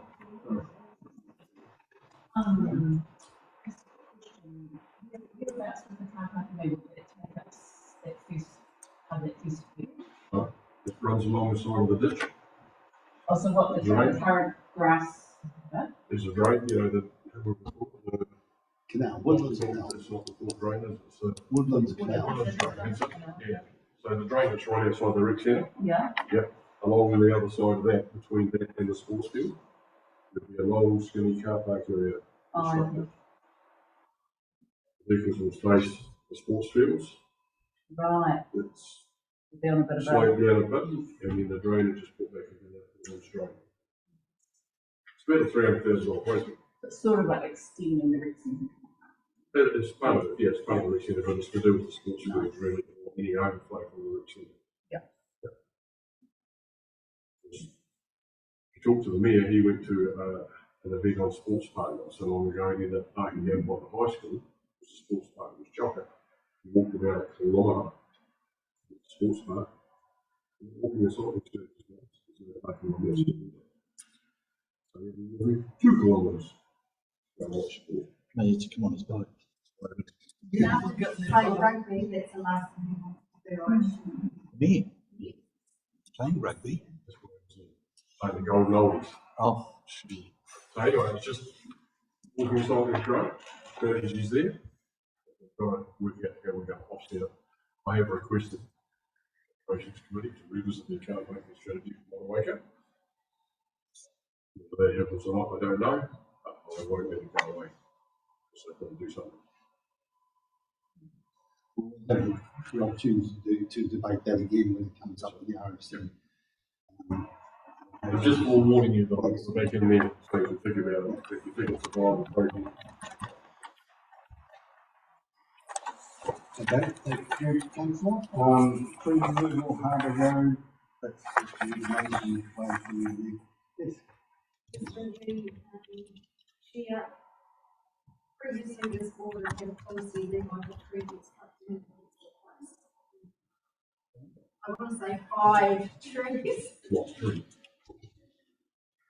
I don't know when we're going to revisit that, or if that continues from last term onto this term, but I'd like reassurance that room, even if it's a dead tree, that still is.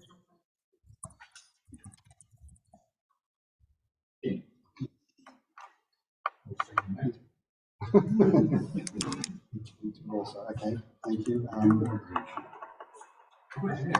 Should I talk with Lynn Hall and see what happens with that, or? No, what we are doing, and we're planting trees the whole time. So the number of trees we take out versus the number of trees we plant is probably like 100 to 1 at the moment. So are you talking about in the spot where the tree's cut down or somewhere else? Yeah, where the tree is cut down.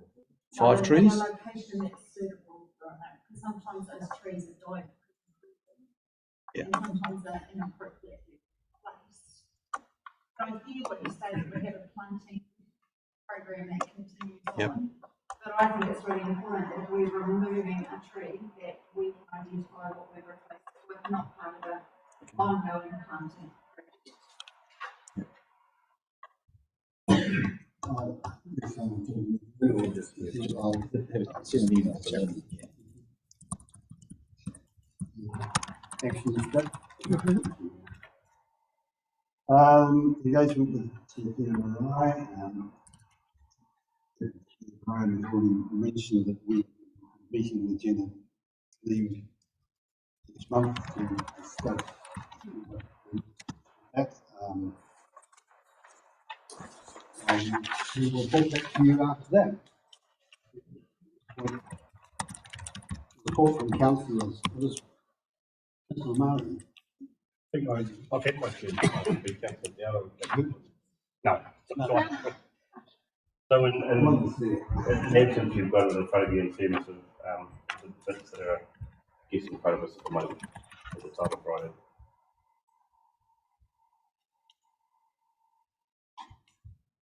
I haven't got that much more to add. So you obviously know about the TEP consultation and the 3 waters. What we could forward the draft feasibility for committee by Christmas. Yeah, the draft feasibility study is now become a feasibility study. Committee group Friday very soon. You'll see in the action list there's a response about the playground removal. Goodman Park toilet, Councillor Down has just alluded to the toilets going on, so that'll be on Goodman Park shortly, and those hearings have been completed for 2 days. Just but there's been a huge outcome yet. So that was the hearing for the extraction grant. The Commissioner has done site visits right around, up on the hills looking down at the once it's the abuse going to be a big, been right around all the group apparently, and now he'll go away and understand the what's coming through.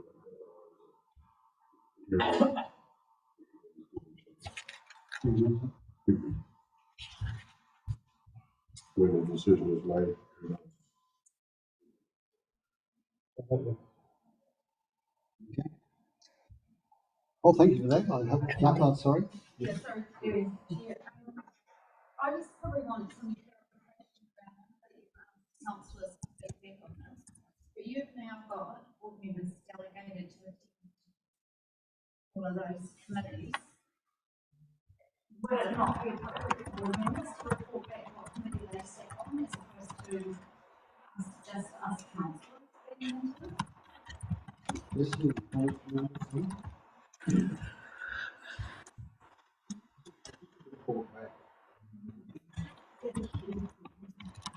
And they don't have to routine acoustic.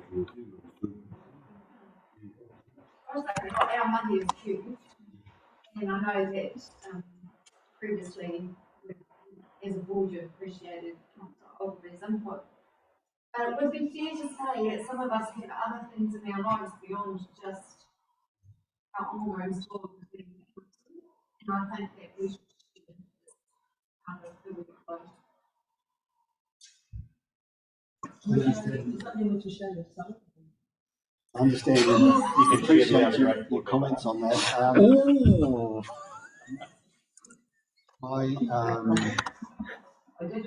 She's gone. I've attended quite a few of those meetings, and I've zoomed in recently over the last year on many of the meetings. Problem for me is that even looking at those, I don't seem to see a lot of things like this in this. The Motueka Pool one and the CJ Industries ones, I haven't heard anything in council meetings about those, but they are things that councillors are aware of going on. And I guess that's the difficult part I think here is what is publicly available. So we are in meetings, I don't know how many meetings, but some of it's public available and some of it's not publicly available. So it's where, what the heck did I hear? What do I put there? We have to be really careful what we put down there. So you're probably not going to get the detail anyway. So, you know, between Paul, you've got no detail on this stuff. There's a lot of detail behind it, but it's not publicly released. That's the difficulty if we do it. That's the position you.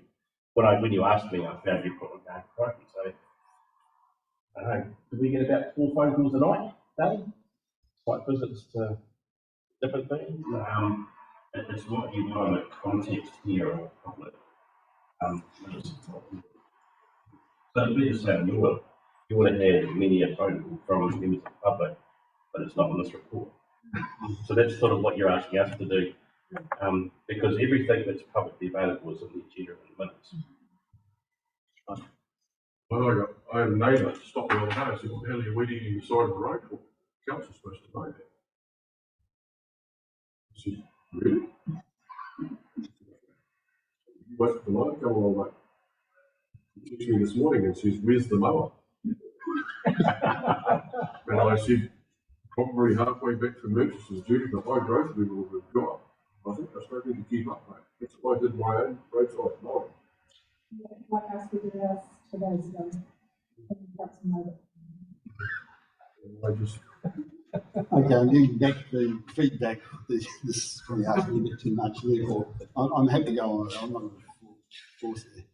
I enjoyed. I learned a lot from ex-councillor Ogilvy's. If you want us to put points out of the meetings and that, that's fine, because that's basically what David was doing, just highlighting the stuff that came through from the meetings that involved Motueka.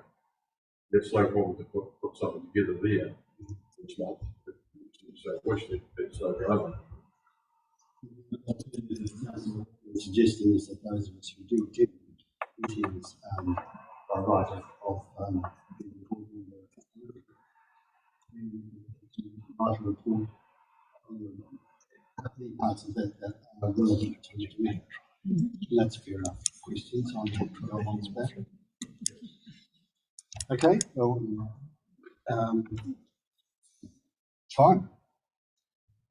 Number 13, reorganisation of local government. It's just a topic in there that I think very interesting to take part in the reorganising of that. It appeared from the people that actually spoke, put their hand up and said something, that they were all councillors from there.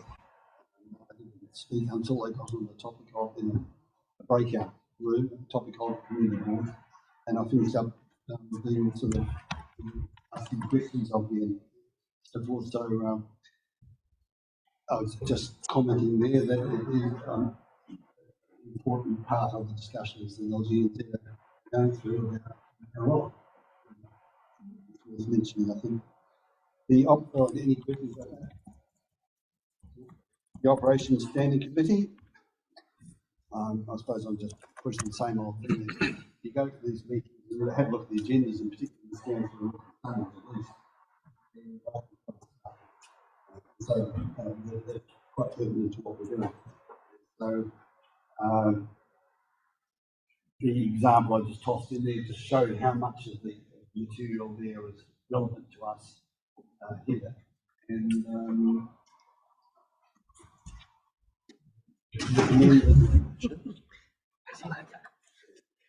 Sorry, yes. is it worth mentioning, I mean, you've got in your report that board members got delays which will take consideration of 5 minutes.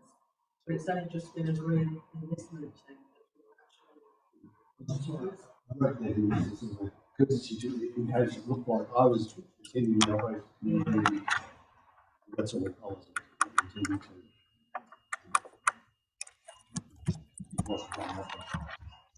Environmental concerns and current understandings will be reviewed. Well, it's been an interesting couple of weeks. And as such, yeah, I had received correspondence from Tasman District Council to a resident, which contained some demands which had no legal basis.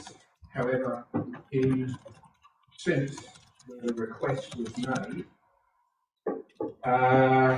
it appears, and after my interventions and asking questions and asking for information, there appears to be a change of direction from the said PDC staff to a point where I believe that this is the way we should be doing things. The new approach was clearly one of mitigation, and I'm happy with it. So as such, I'm going to leave that as it is, and I will actually pass on my thanks to obviously some senior staff who are involved in this. And I'm unsure of who they are, but I suggest the CEO was possibly involved. I'd like to extend my thanks. Well, I'd like to extend my thanks then to those staff at Kim Drummond for obviously bringing people back into line. Very much. Thank you, George. You're gracious.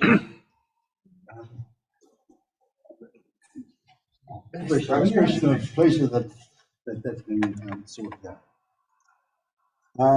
There is one other, I don't know whether this should be a late item or not, but there is something else that cropped up, and that I'm told I'm allowed to put it at this point. We got an email from Medicare First Aid about the police defibrillator. The which was paid for apparently 5 years ago by the community board through TDC. It's a bit vague on where that might have actually money came from. They want the battery is due for replacement. 5 years is up. They want a new battery and pads for it. Total costs $665. And Brett did a side pass the second 5/8 to there, and I've passed it on further. It's gone down a little bit. Do we know yet where that fund the money came from? No, but what I suggest you do, because you haven't got it on the agenda, you can't really make a decision today, and I've just asked whether I have authority to spend that money. So probably just need an informal nod from you guys that you're happy for me to find out how it was charged, where it's charged from, to actually go ahead and fund those batteries as and when required. Well, I understand that was done by this weekend. Oh, I haven't seen that. Oh, hadn't you? Oh, No. I thought I read somewhere they wanted it. I thought David was going to find out. I get another message from I actually think we paid for pets. Liz.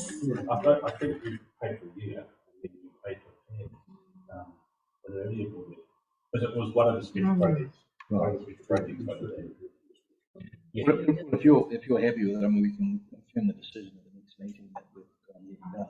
But at this stage, if I just get an indication from you, I can go ahead and approve doing that, if that's all right. Yeah, I just don't know, so everything we take.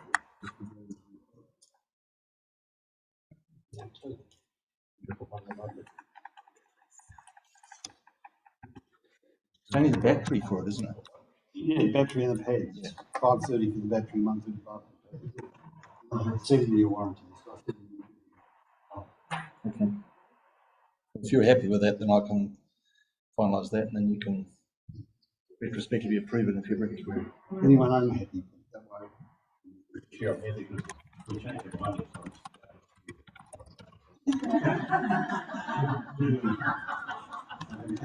Councillor Murray, through the chair. Reserve financial contributions coming out of the tiers, isn't it? I wouldn't know. $7 or $8 million. Well, that, I can't spend that without your thought, sorry. That concludes the chair's report, thank goodness. And the resolution of that is that the Motueka Community Board receives the Community Board Chair's report. Someone move. Seconded. Deputy Chair Graham. All those in favour? Against? Carried. Thank you. And the next item then is the financial summary.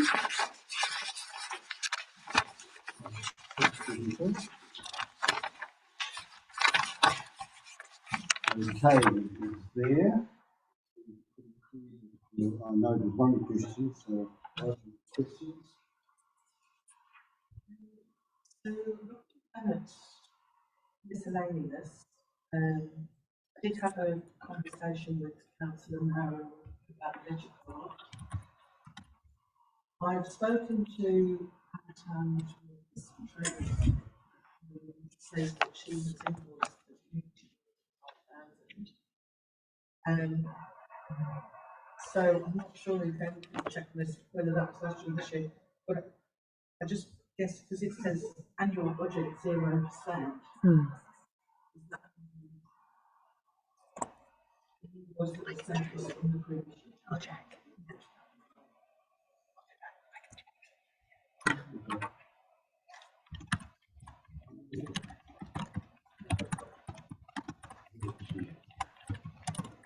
I think it's for half a comment through the chair. If you we might have this. It relates to line 2 on your income line. That'll be less than what I spoken before. Just not sure how that was. You turn that much like a market. Yeah, I don't know if we did that publicly or unpublic. Like this brief and like so. But maybe I can give you a heads up after the meeting just to why that is. So low. Yes. It's positive that. Any other questions? A couple of,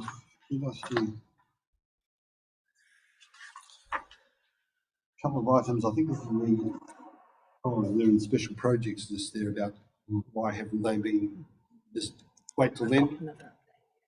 Okay, I'll wait till then. Okay, so the resolution for this is that the receive the financial summary report. Cut. Murray. In favour? Against? Thank you. Action list, we're getting there.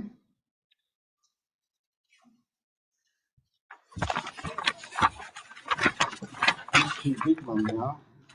So not a lot of actions on a number of things, but the skate park upgrade.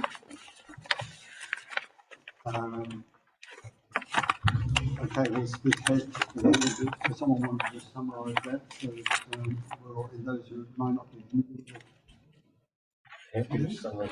So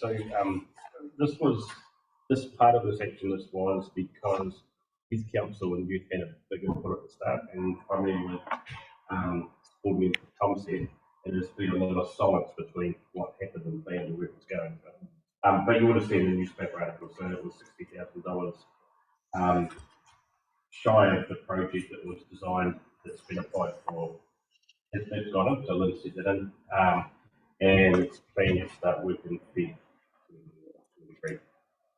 But the other part of that loop is probably still feeding back for Lynn the new year with young people, because they would have read about it at the same time.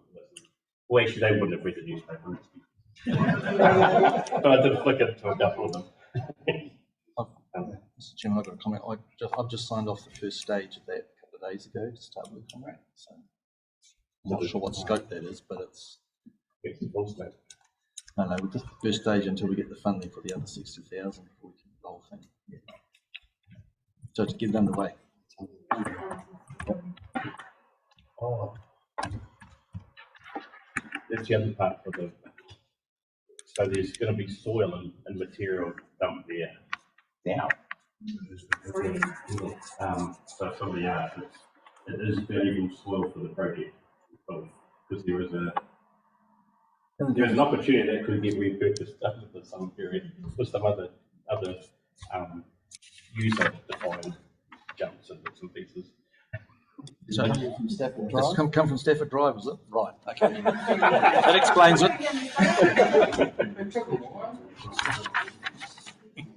But I'm sure it'd be valuable to some of the other BMXs to use the same summer. Given that we've got, this is, the skate park progress has been commented on in the action sheet and in the special projects, should we conflate those into one and put them under the special projects rather than have the two things running, as long as the youth council get to hear just mentioned. Okay. That won't happen because they're now trying. Yeah. Trying. Yeah. Okay, we'll take it off there. Right, we are still, there's no change, I assume, in the old library. Purpose. It's still being prepared for February meeting. Yeah, the draft is coming through, came through last week, I think. Waiting information. Consent sign off the sewage storage facility at Park. Yep. That's, we're still waiting. Yeah, and that ties in with the car park. Okay. Yeah, the three councillors met staff on the site to work out the particular location of the face. That's it. Was sorted. Also, there had to be a shingle track put down to the toilet for the service vehicles to go down to the tank. The consent department and signed off on this shingle track was constructed. So we agreed what they needed to do, so the building consent sign off should be. Should we remove that one that was the action list? There's nothing that we need to act on anymore with that. It's happening. Yeah, seeing as the these start will happen this year. Yeah, they're trying to get it in place before the wood season finishes and starts again.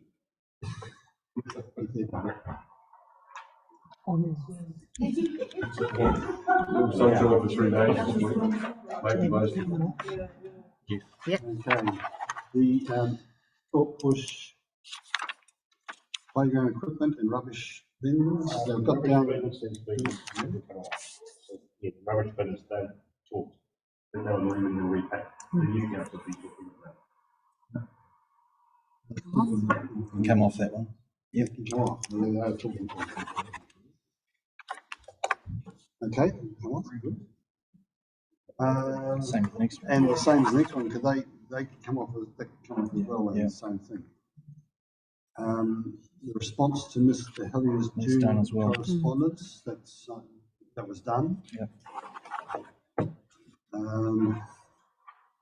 And the last one, the funding for the car park, that can come off because you explained to us, and that'll come. So the actual sheet has become suddenly very, very small. That's good. Yes, so there's been 2 or 3 more this afternoon. So, the resolution with that is that we receive the action list on the red page. Moved, seconded, board member Hughes. Struggling with the titles. All those in favour? Against? Carried. And likewise, the special projects action list.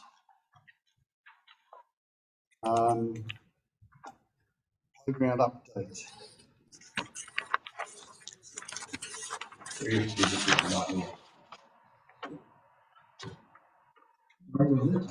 This was a night. This is a night.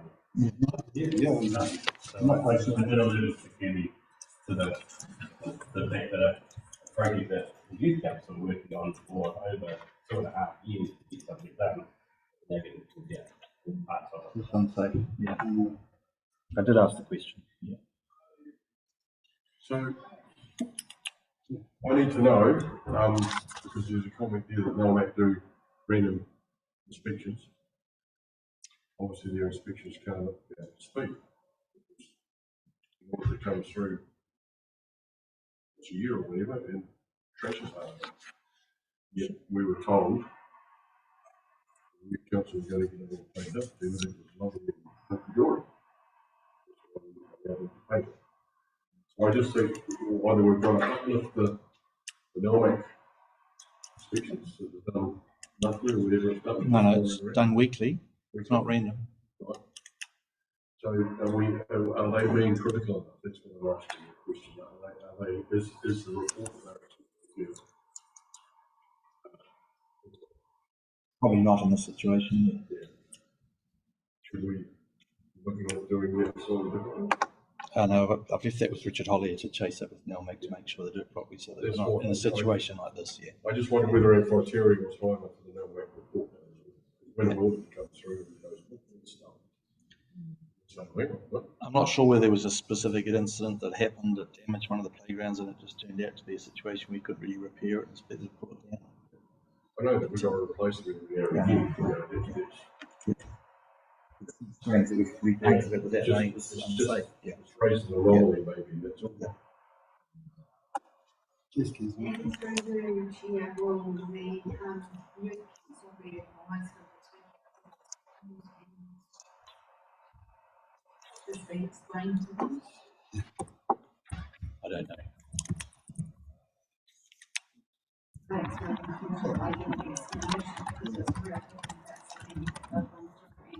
That's here. That's for a long time, and I've had many challenges.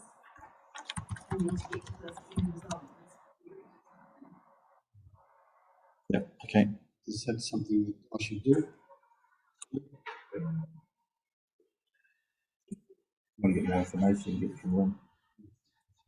And first contact with you.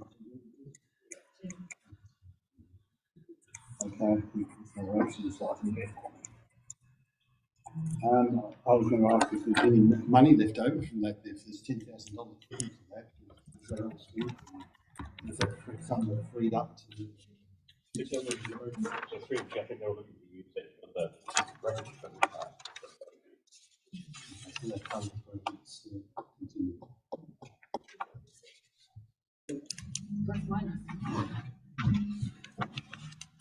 Okay, any other comments about the street park upgrade? I think we've already dealt with that, and that's all done. So that, I guess at the bottom of that you can add in red that it's under.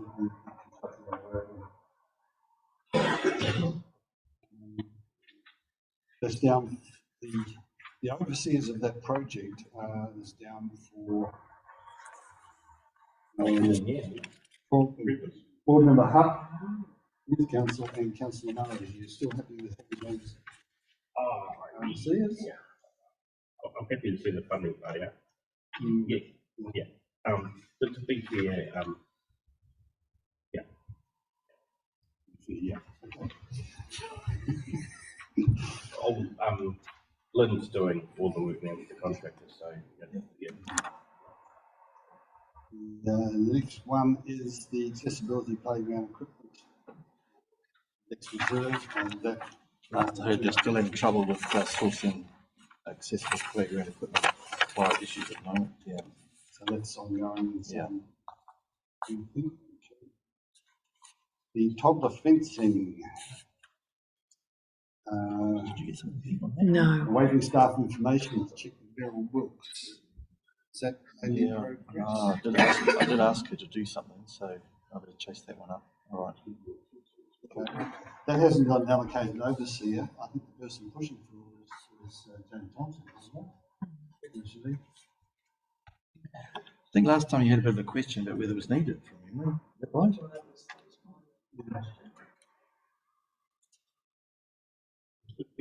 Which leads us to it could lead us to a situation of overriding the previous board decision.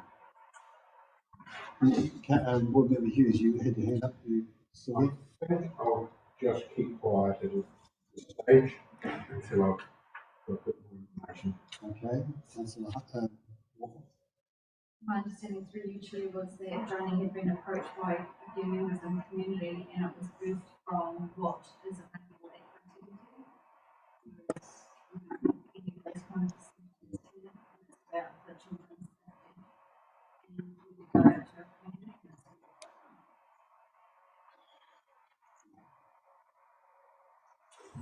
So for the time being, unless someone's really wants to have a change made there, that stays in there, and if we it's fine. could get some more information, that would be. So who wants to be the allocated overseer?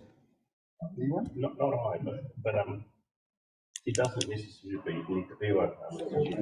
It's if Richard's team knows that there's $40,500 to put out secure fencing around a playground in Motueka, they can perhaps contact and say, here's a couple of sites. Because they do all the design anyway, that's probably part of the whole effort. We will discuss. So for a short period of time, there's $40,500. For a short period of time.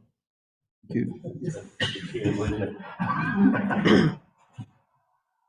Then right to the Sandy Bay Association, is that? Yeah, since the agenda. Part payment's been made for some spraying work, but they're going to have another round done, so to use up the rest. So I'll let you know when that comes through. That's a current one, isn't it? The current one. Yes. Long-term management plan for the we had an interesting email from Councillor as I understood it, he is offering for free to give advice to whoever in council will do this job. Did you all see that? It was a while ago now.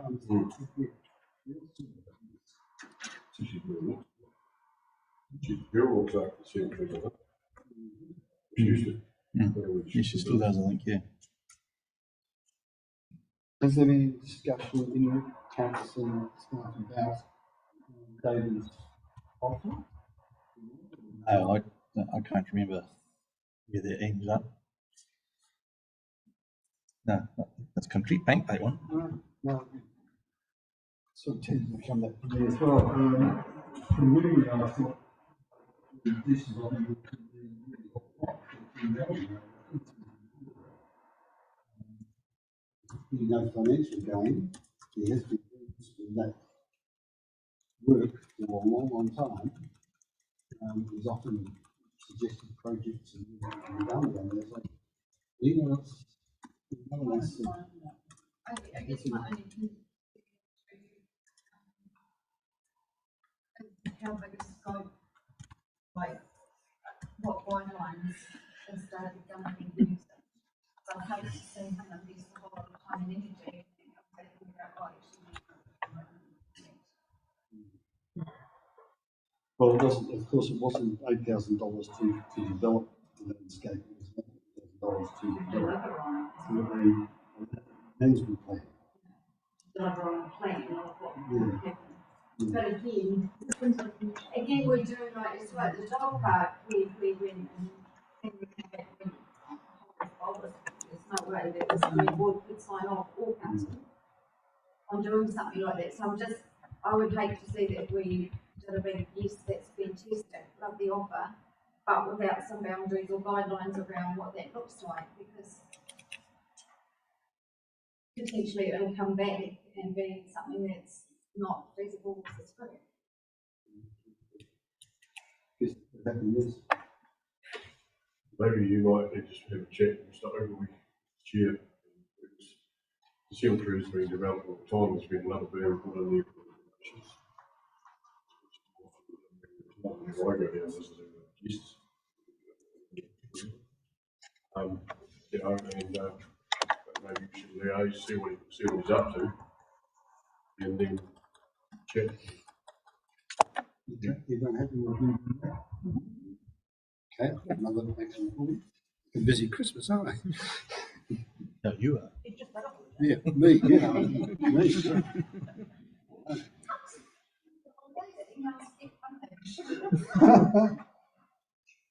Yes, there's a story about one of them at a winery. Right, that's that one. And finally, the beautification of High Street up to the historical plugs. So, still ongoing, currently in line, I have spoken to them, it was going to be the electricity tax on the first, and then it's going to be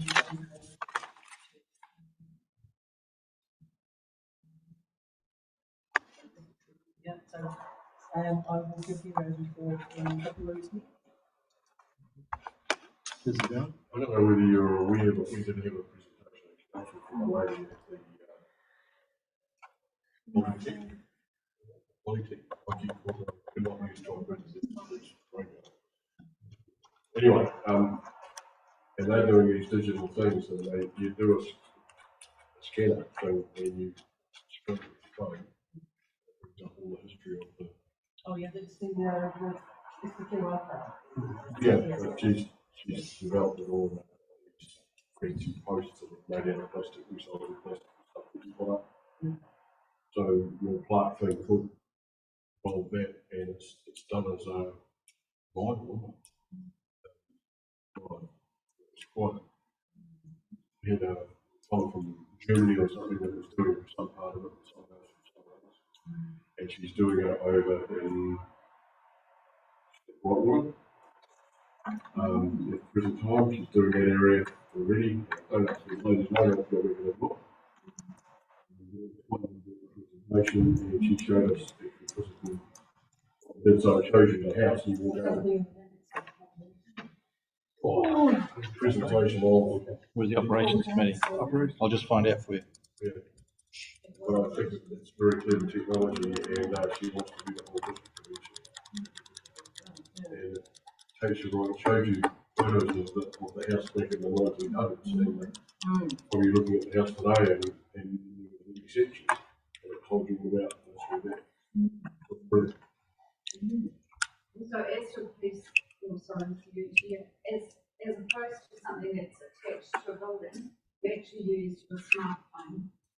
So the building would be as it looks today, you scan it, and then you could do the digital journey of the historical. The nicest sort of other notion. I can't see why you couldn't have a QR code on there if you've got a website to point it to.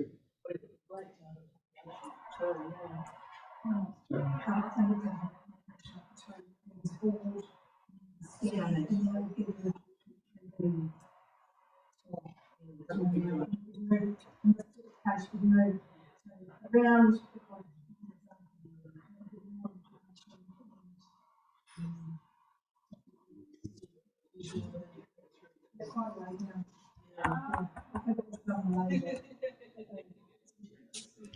Yeah, Sarah Arnold, Ali Kawaji, and Stefan Haspach provided a PowerPoint presentation on their post-memory project.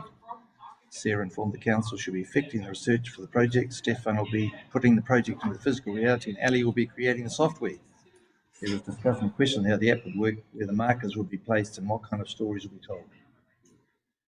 So that's the minutes of the 24th of November. 24th of November. Yeah. There was an article in the Waimea Weekly about them. We don't get that over here. Oh, you're not that important, you know. Yes, we do. We get what goes.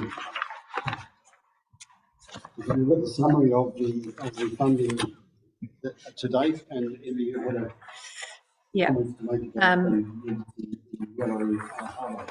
I just followed up on the footpath at Queen Victoria, and Finance will include that in the next financial report. And the upgrade to the section of the Tasman's Great Taste Trail, that will be included as well. It's not in there at the moment in the financial summary. It's been done, it's just Liz hasn't done the transfer. Okay. I'm happy to move. Thank you, Councillor Gower. Second, Board Member Hutt. All those in favour? This is for the special project. Did you get those names? Mm-hmm. Okay. And that brings us to the end of the meeting and planning and management close here. So, one minute, if you go to page 39.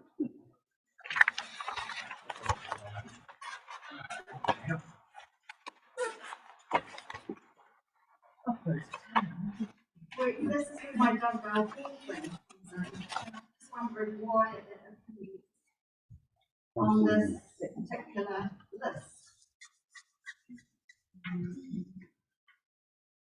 Very last items in it. Oh, that's a hall. Oh, it's in the wrong. It's in the wrong board. Isn't it? That's all. I think it's a mistake. Who's doing the operations? Other In the other. And my other question is that we and it's no longer an agenda item, and I'm just wondering if there's a reason why it's been dropped off. I can say that it's under discussion at the moment, but we haven't got around to finishing that discussion. Oh. Oh, okay. Right. Here's correspondence. Correspondence nil here. The correspondence items that the one for the tree removal and the playground removal, they were both items that would have been correspondence, and was advised to put those into the chief report or the action. The actions.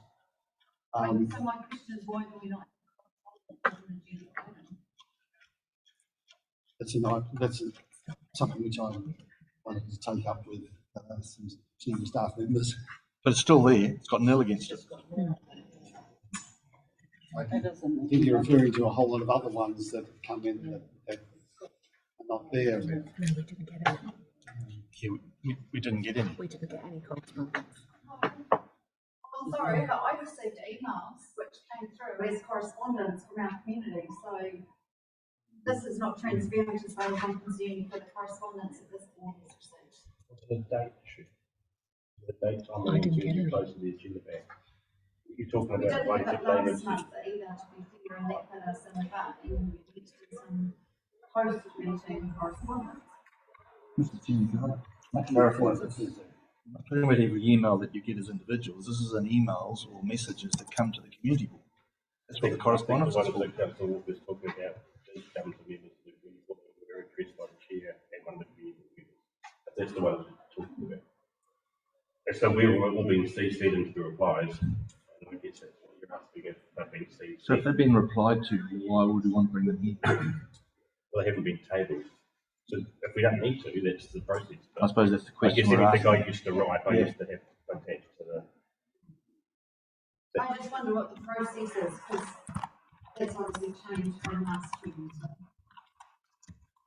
I think my answer, I have been, as a new confused is not the word, it's something I want to talk about with, I've got a meeting lined up with,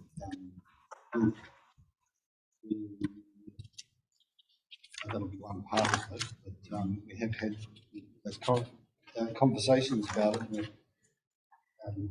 I have a feeling, just now it's all coming back to me now, I think Leith did say it's not actually a standing orders correspondence.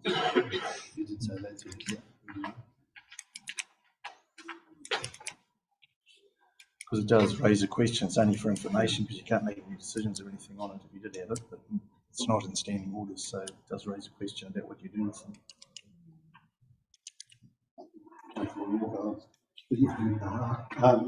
It's just the tabling of it and making it available, that was discussed correspondence, but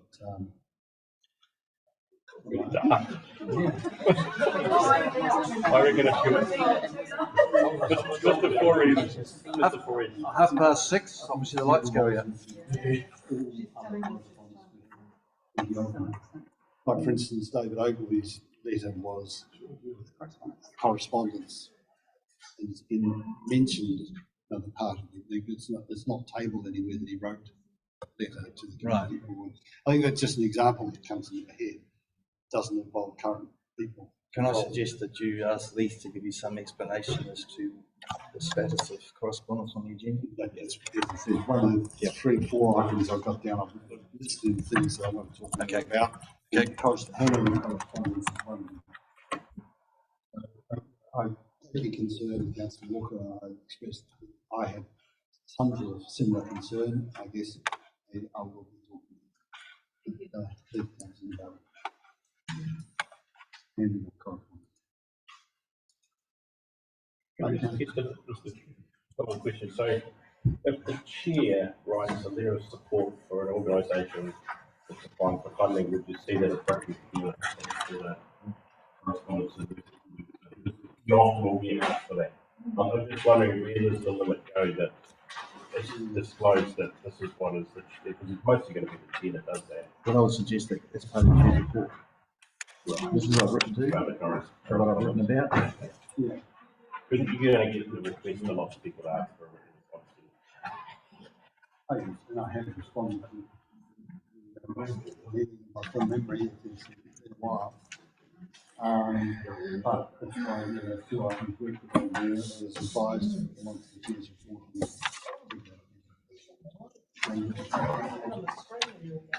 Okay, can we now, any other things you want to talk about before we close the meeting?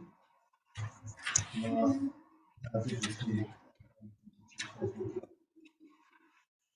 Very cool, Maria. Roma na event hotel. That's I'm not sure that it's been with you all. Thank you very much. Have a Merry Christmas, Happy New Year. Yes. See you all in the New Year. I believe.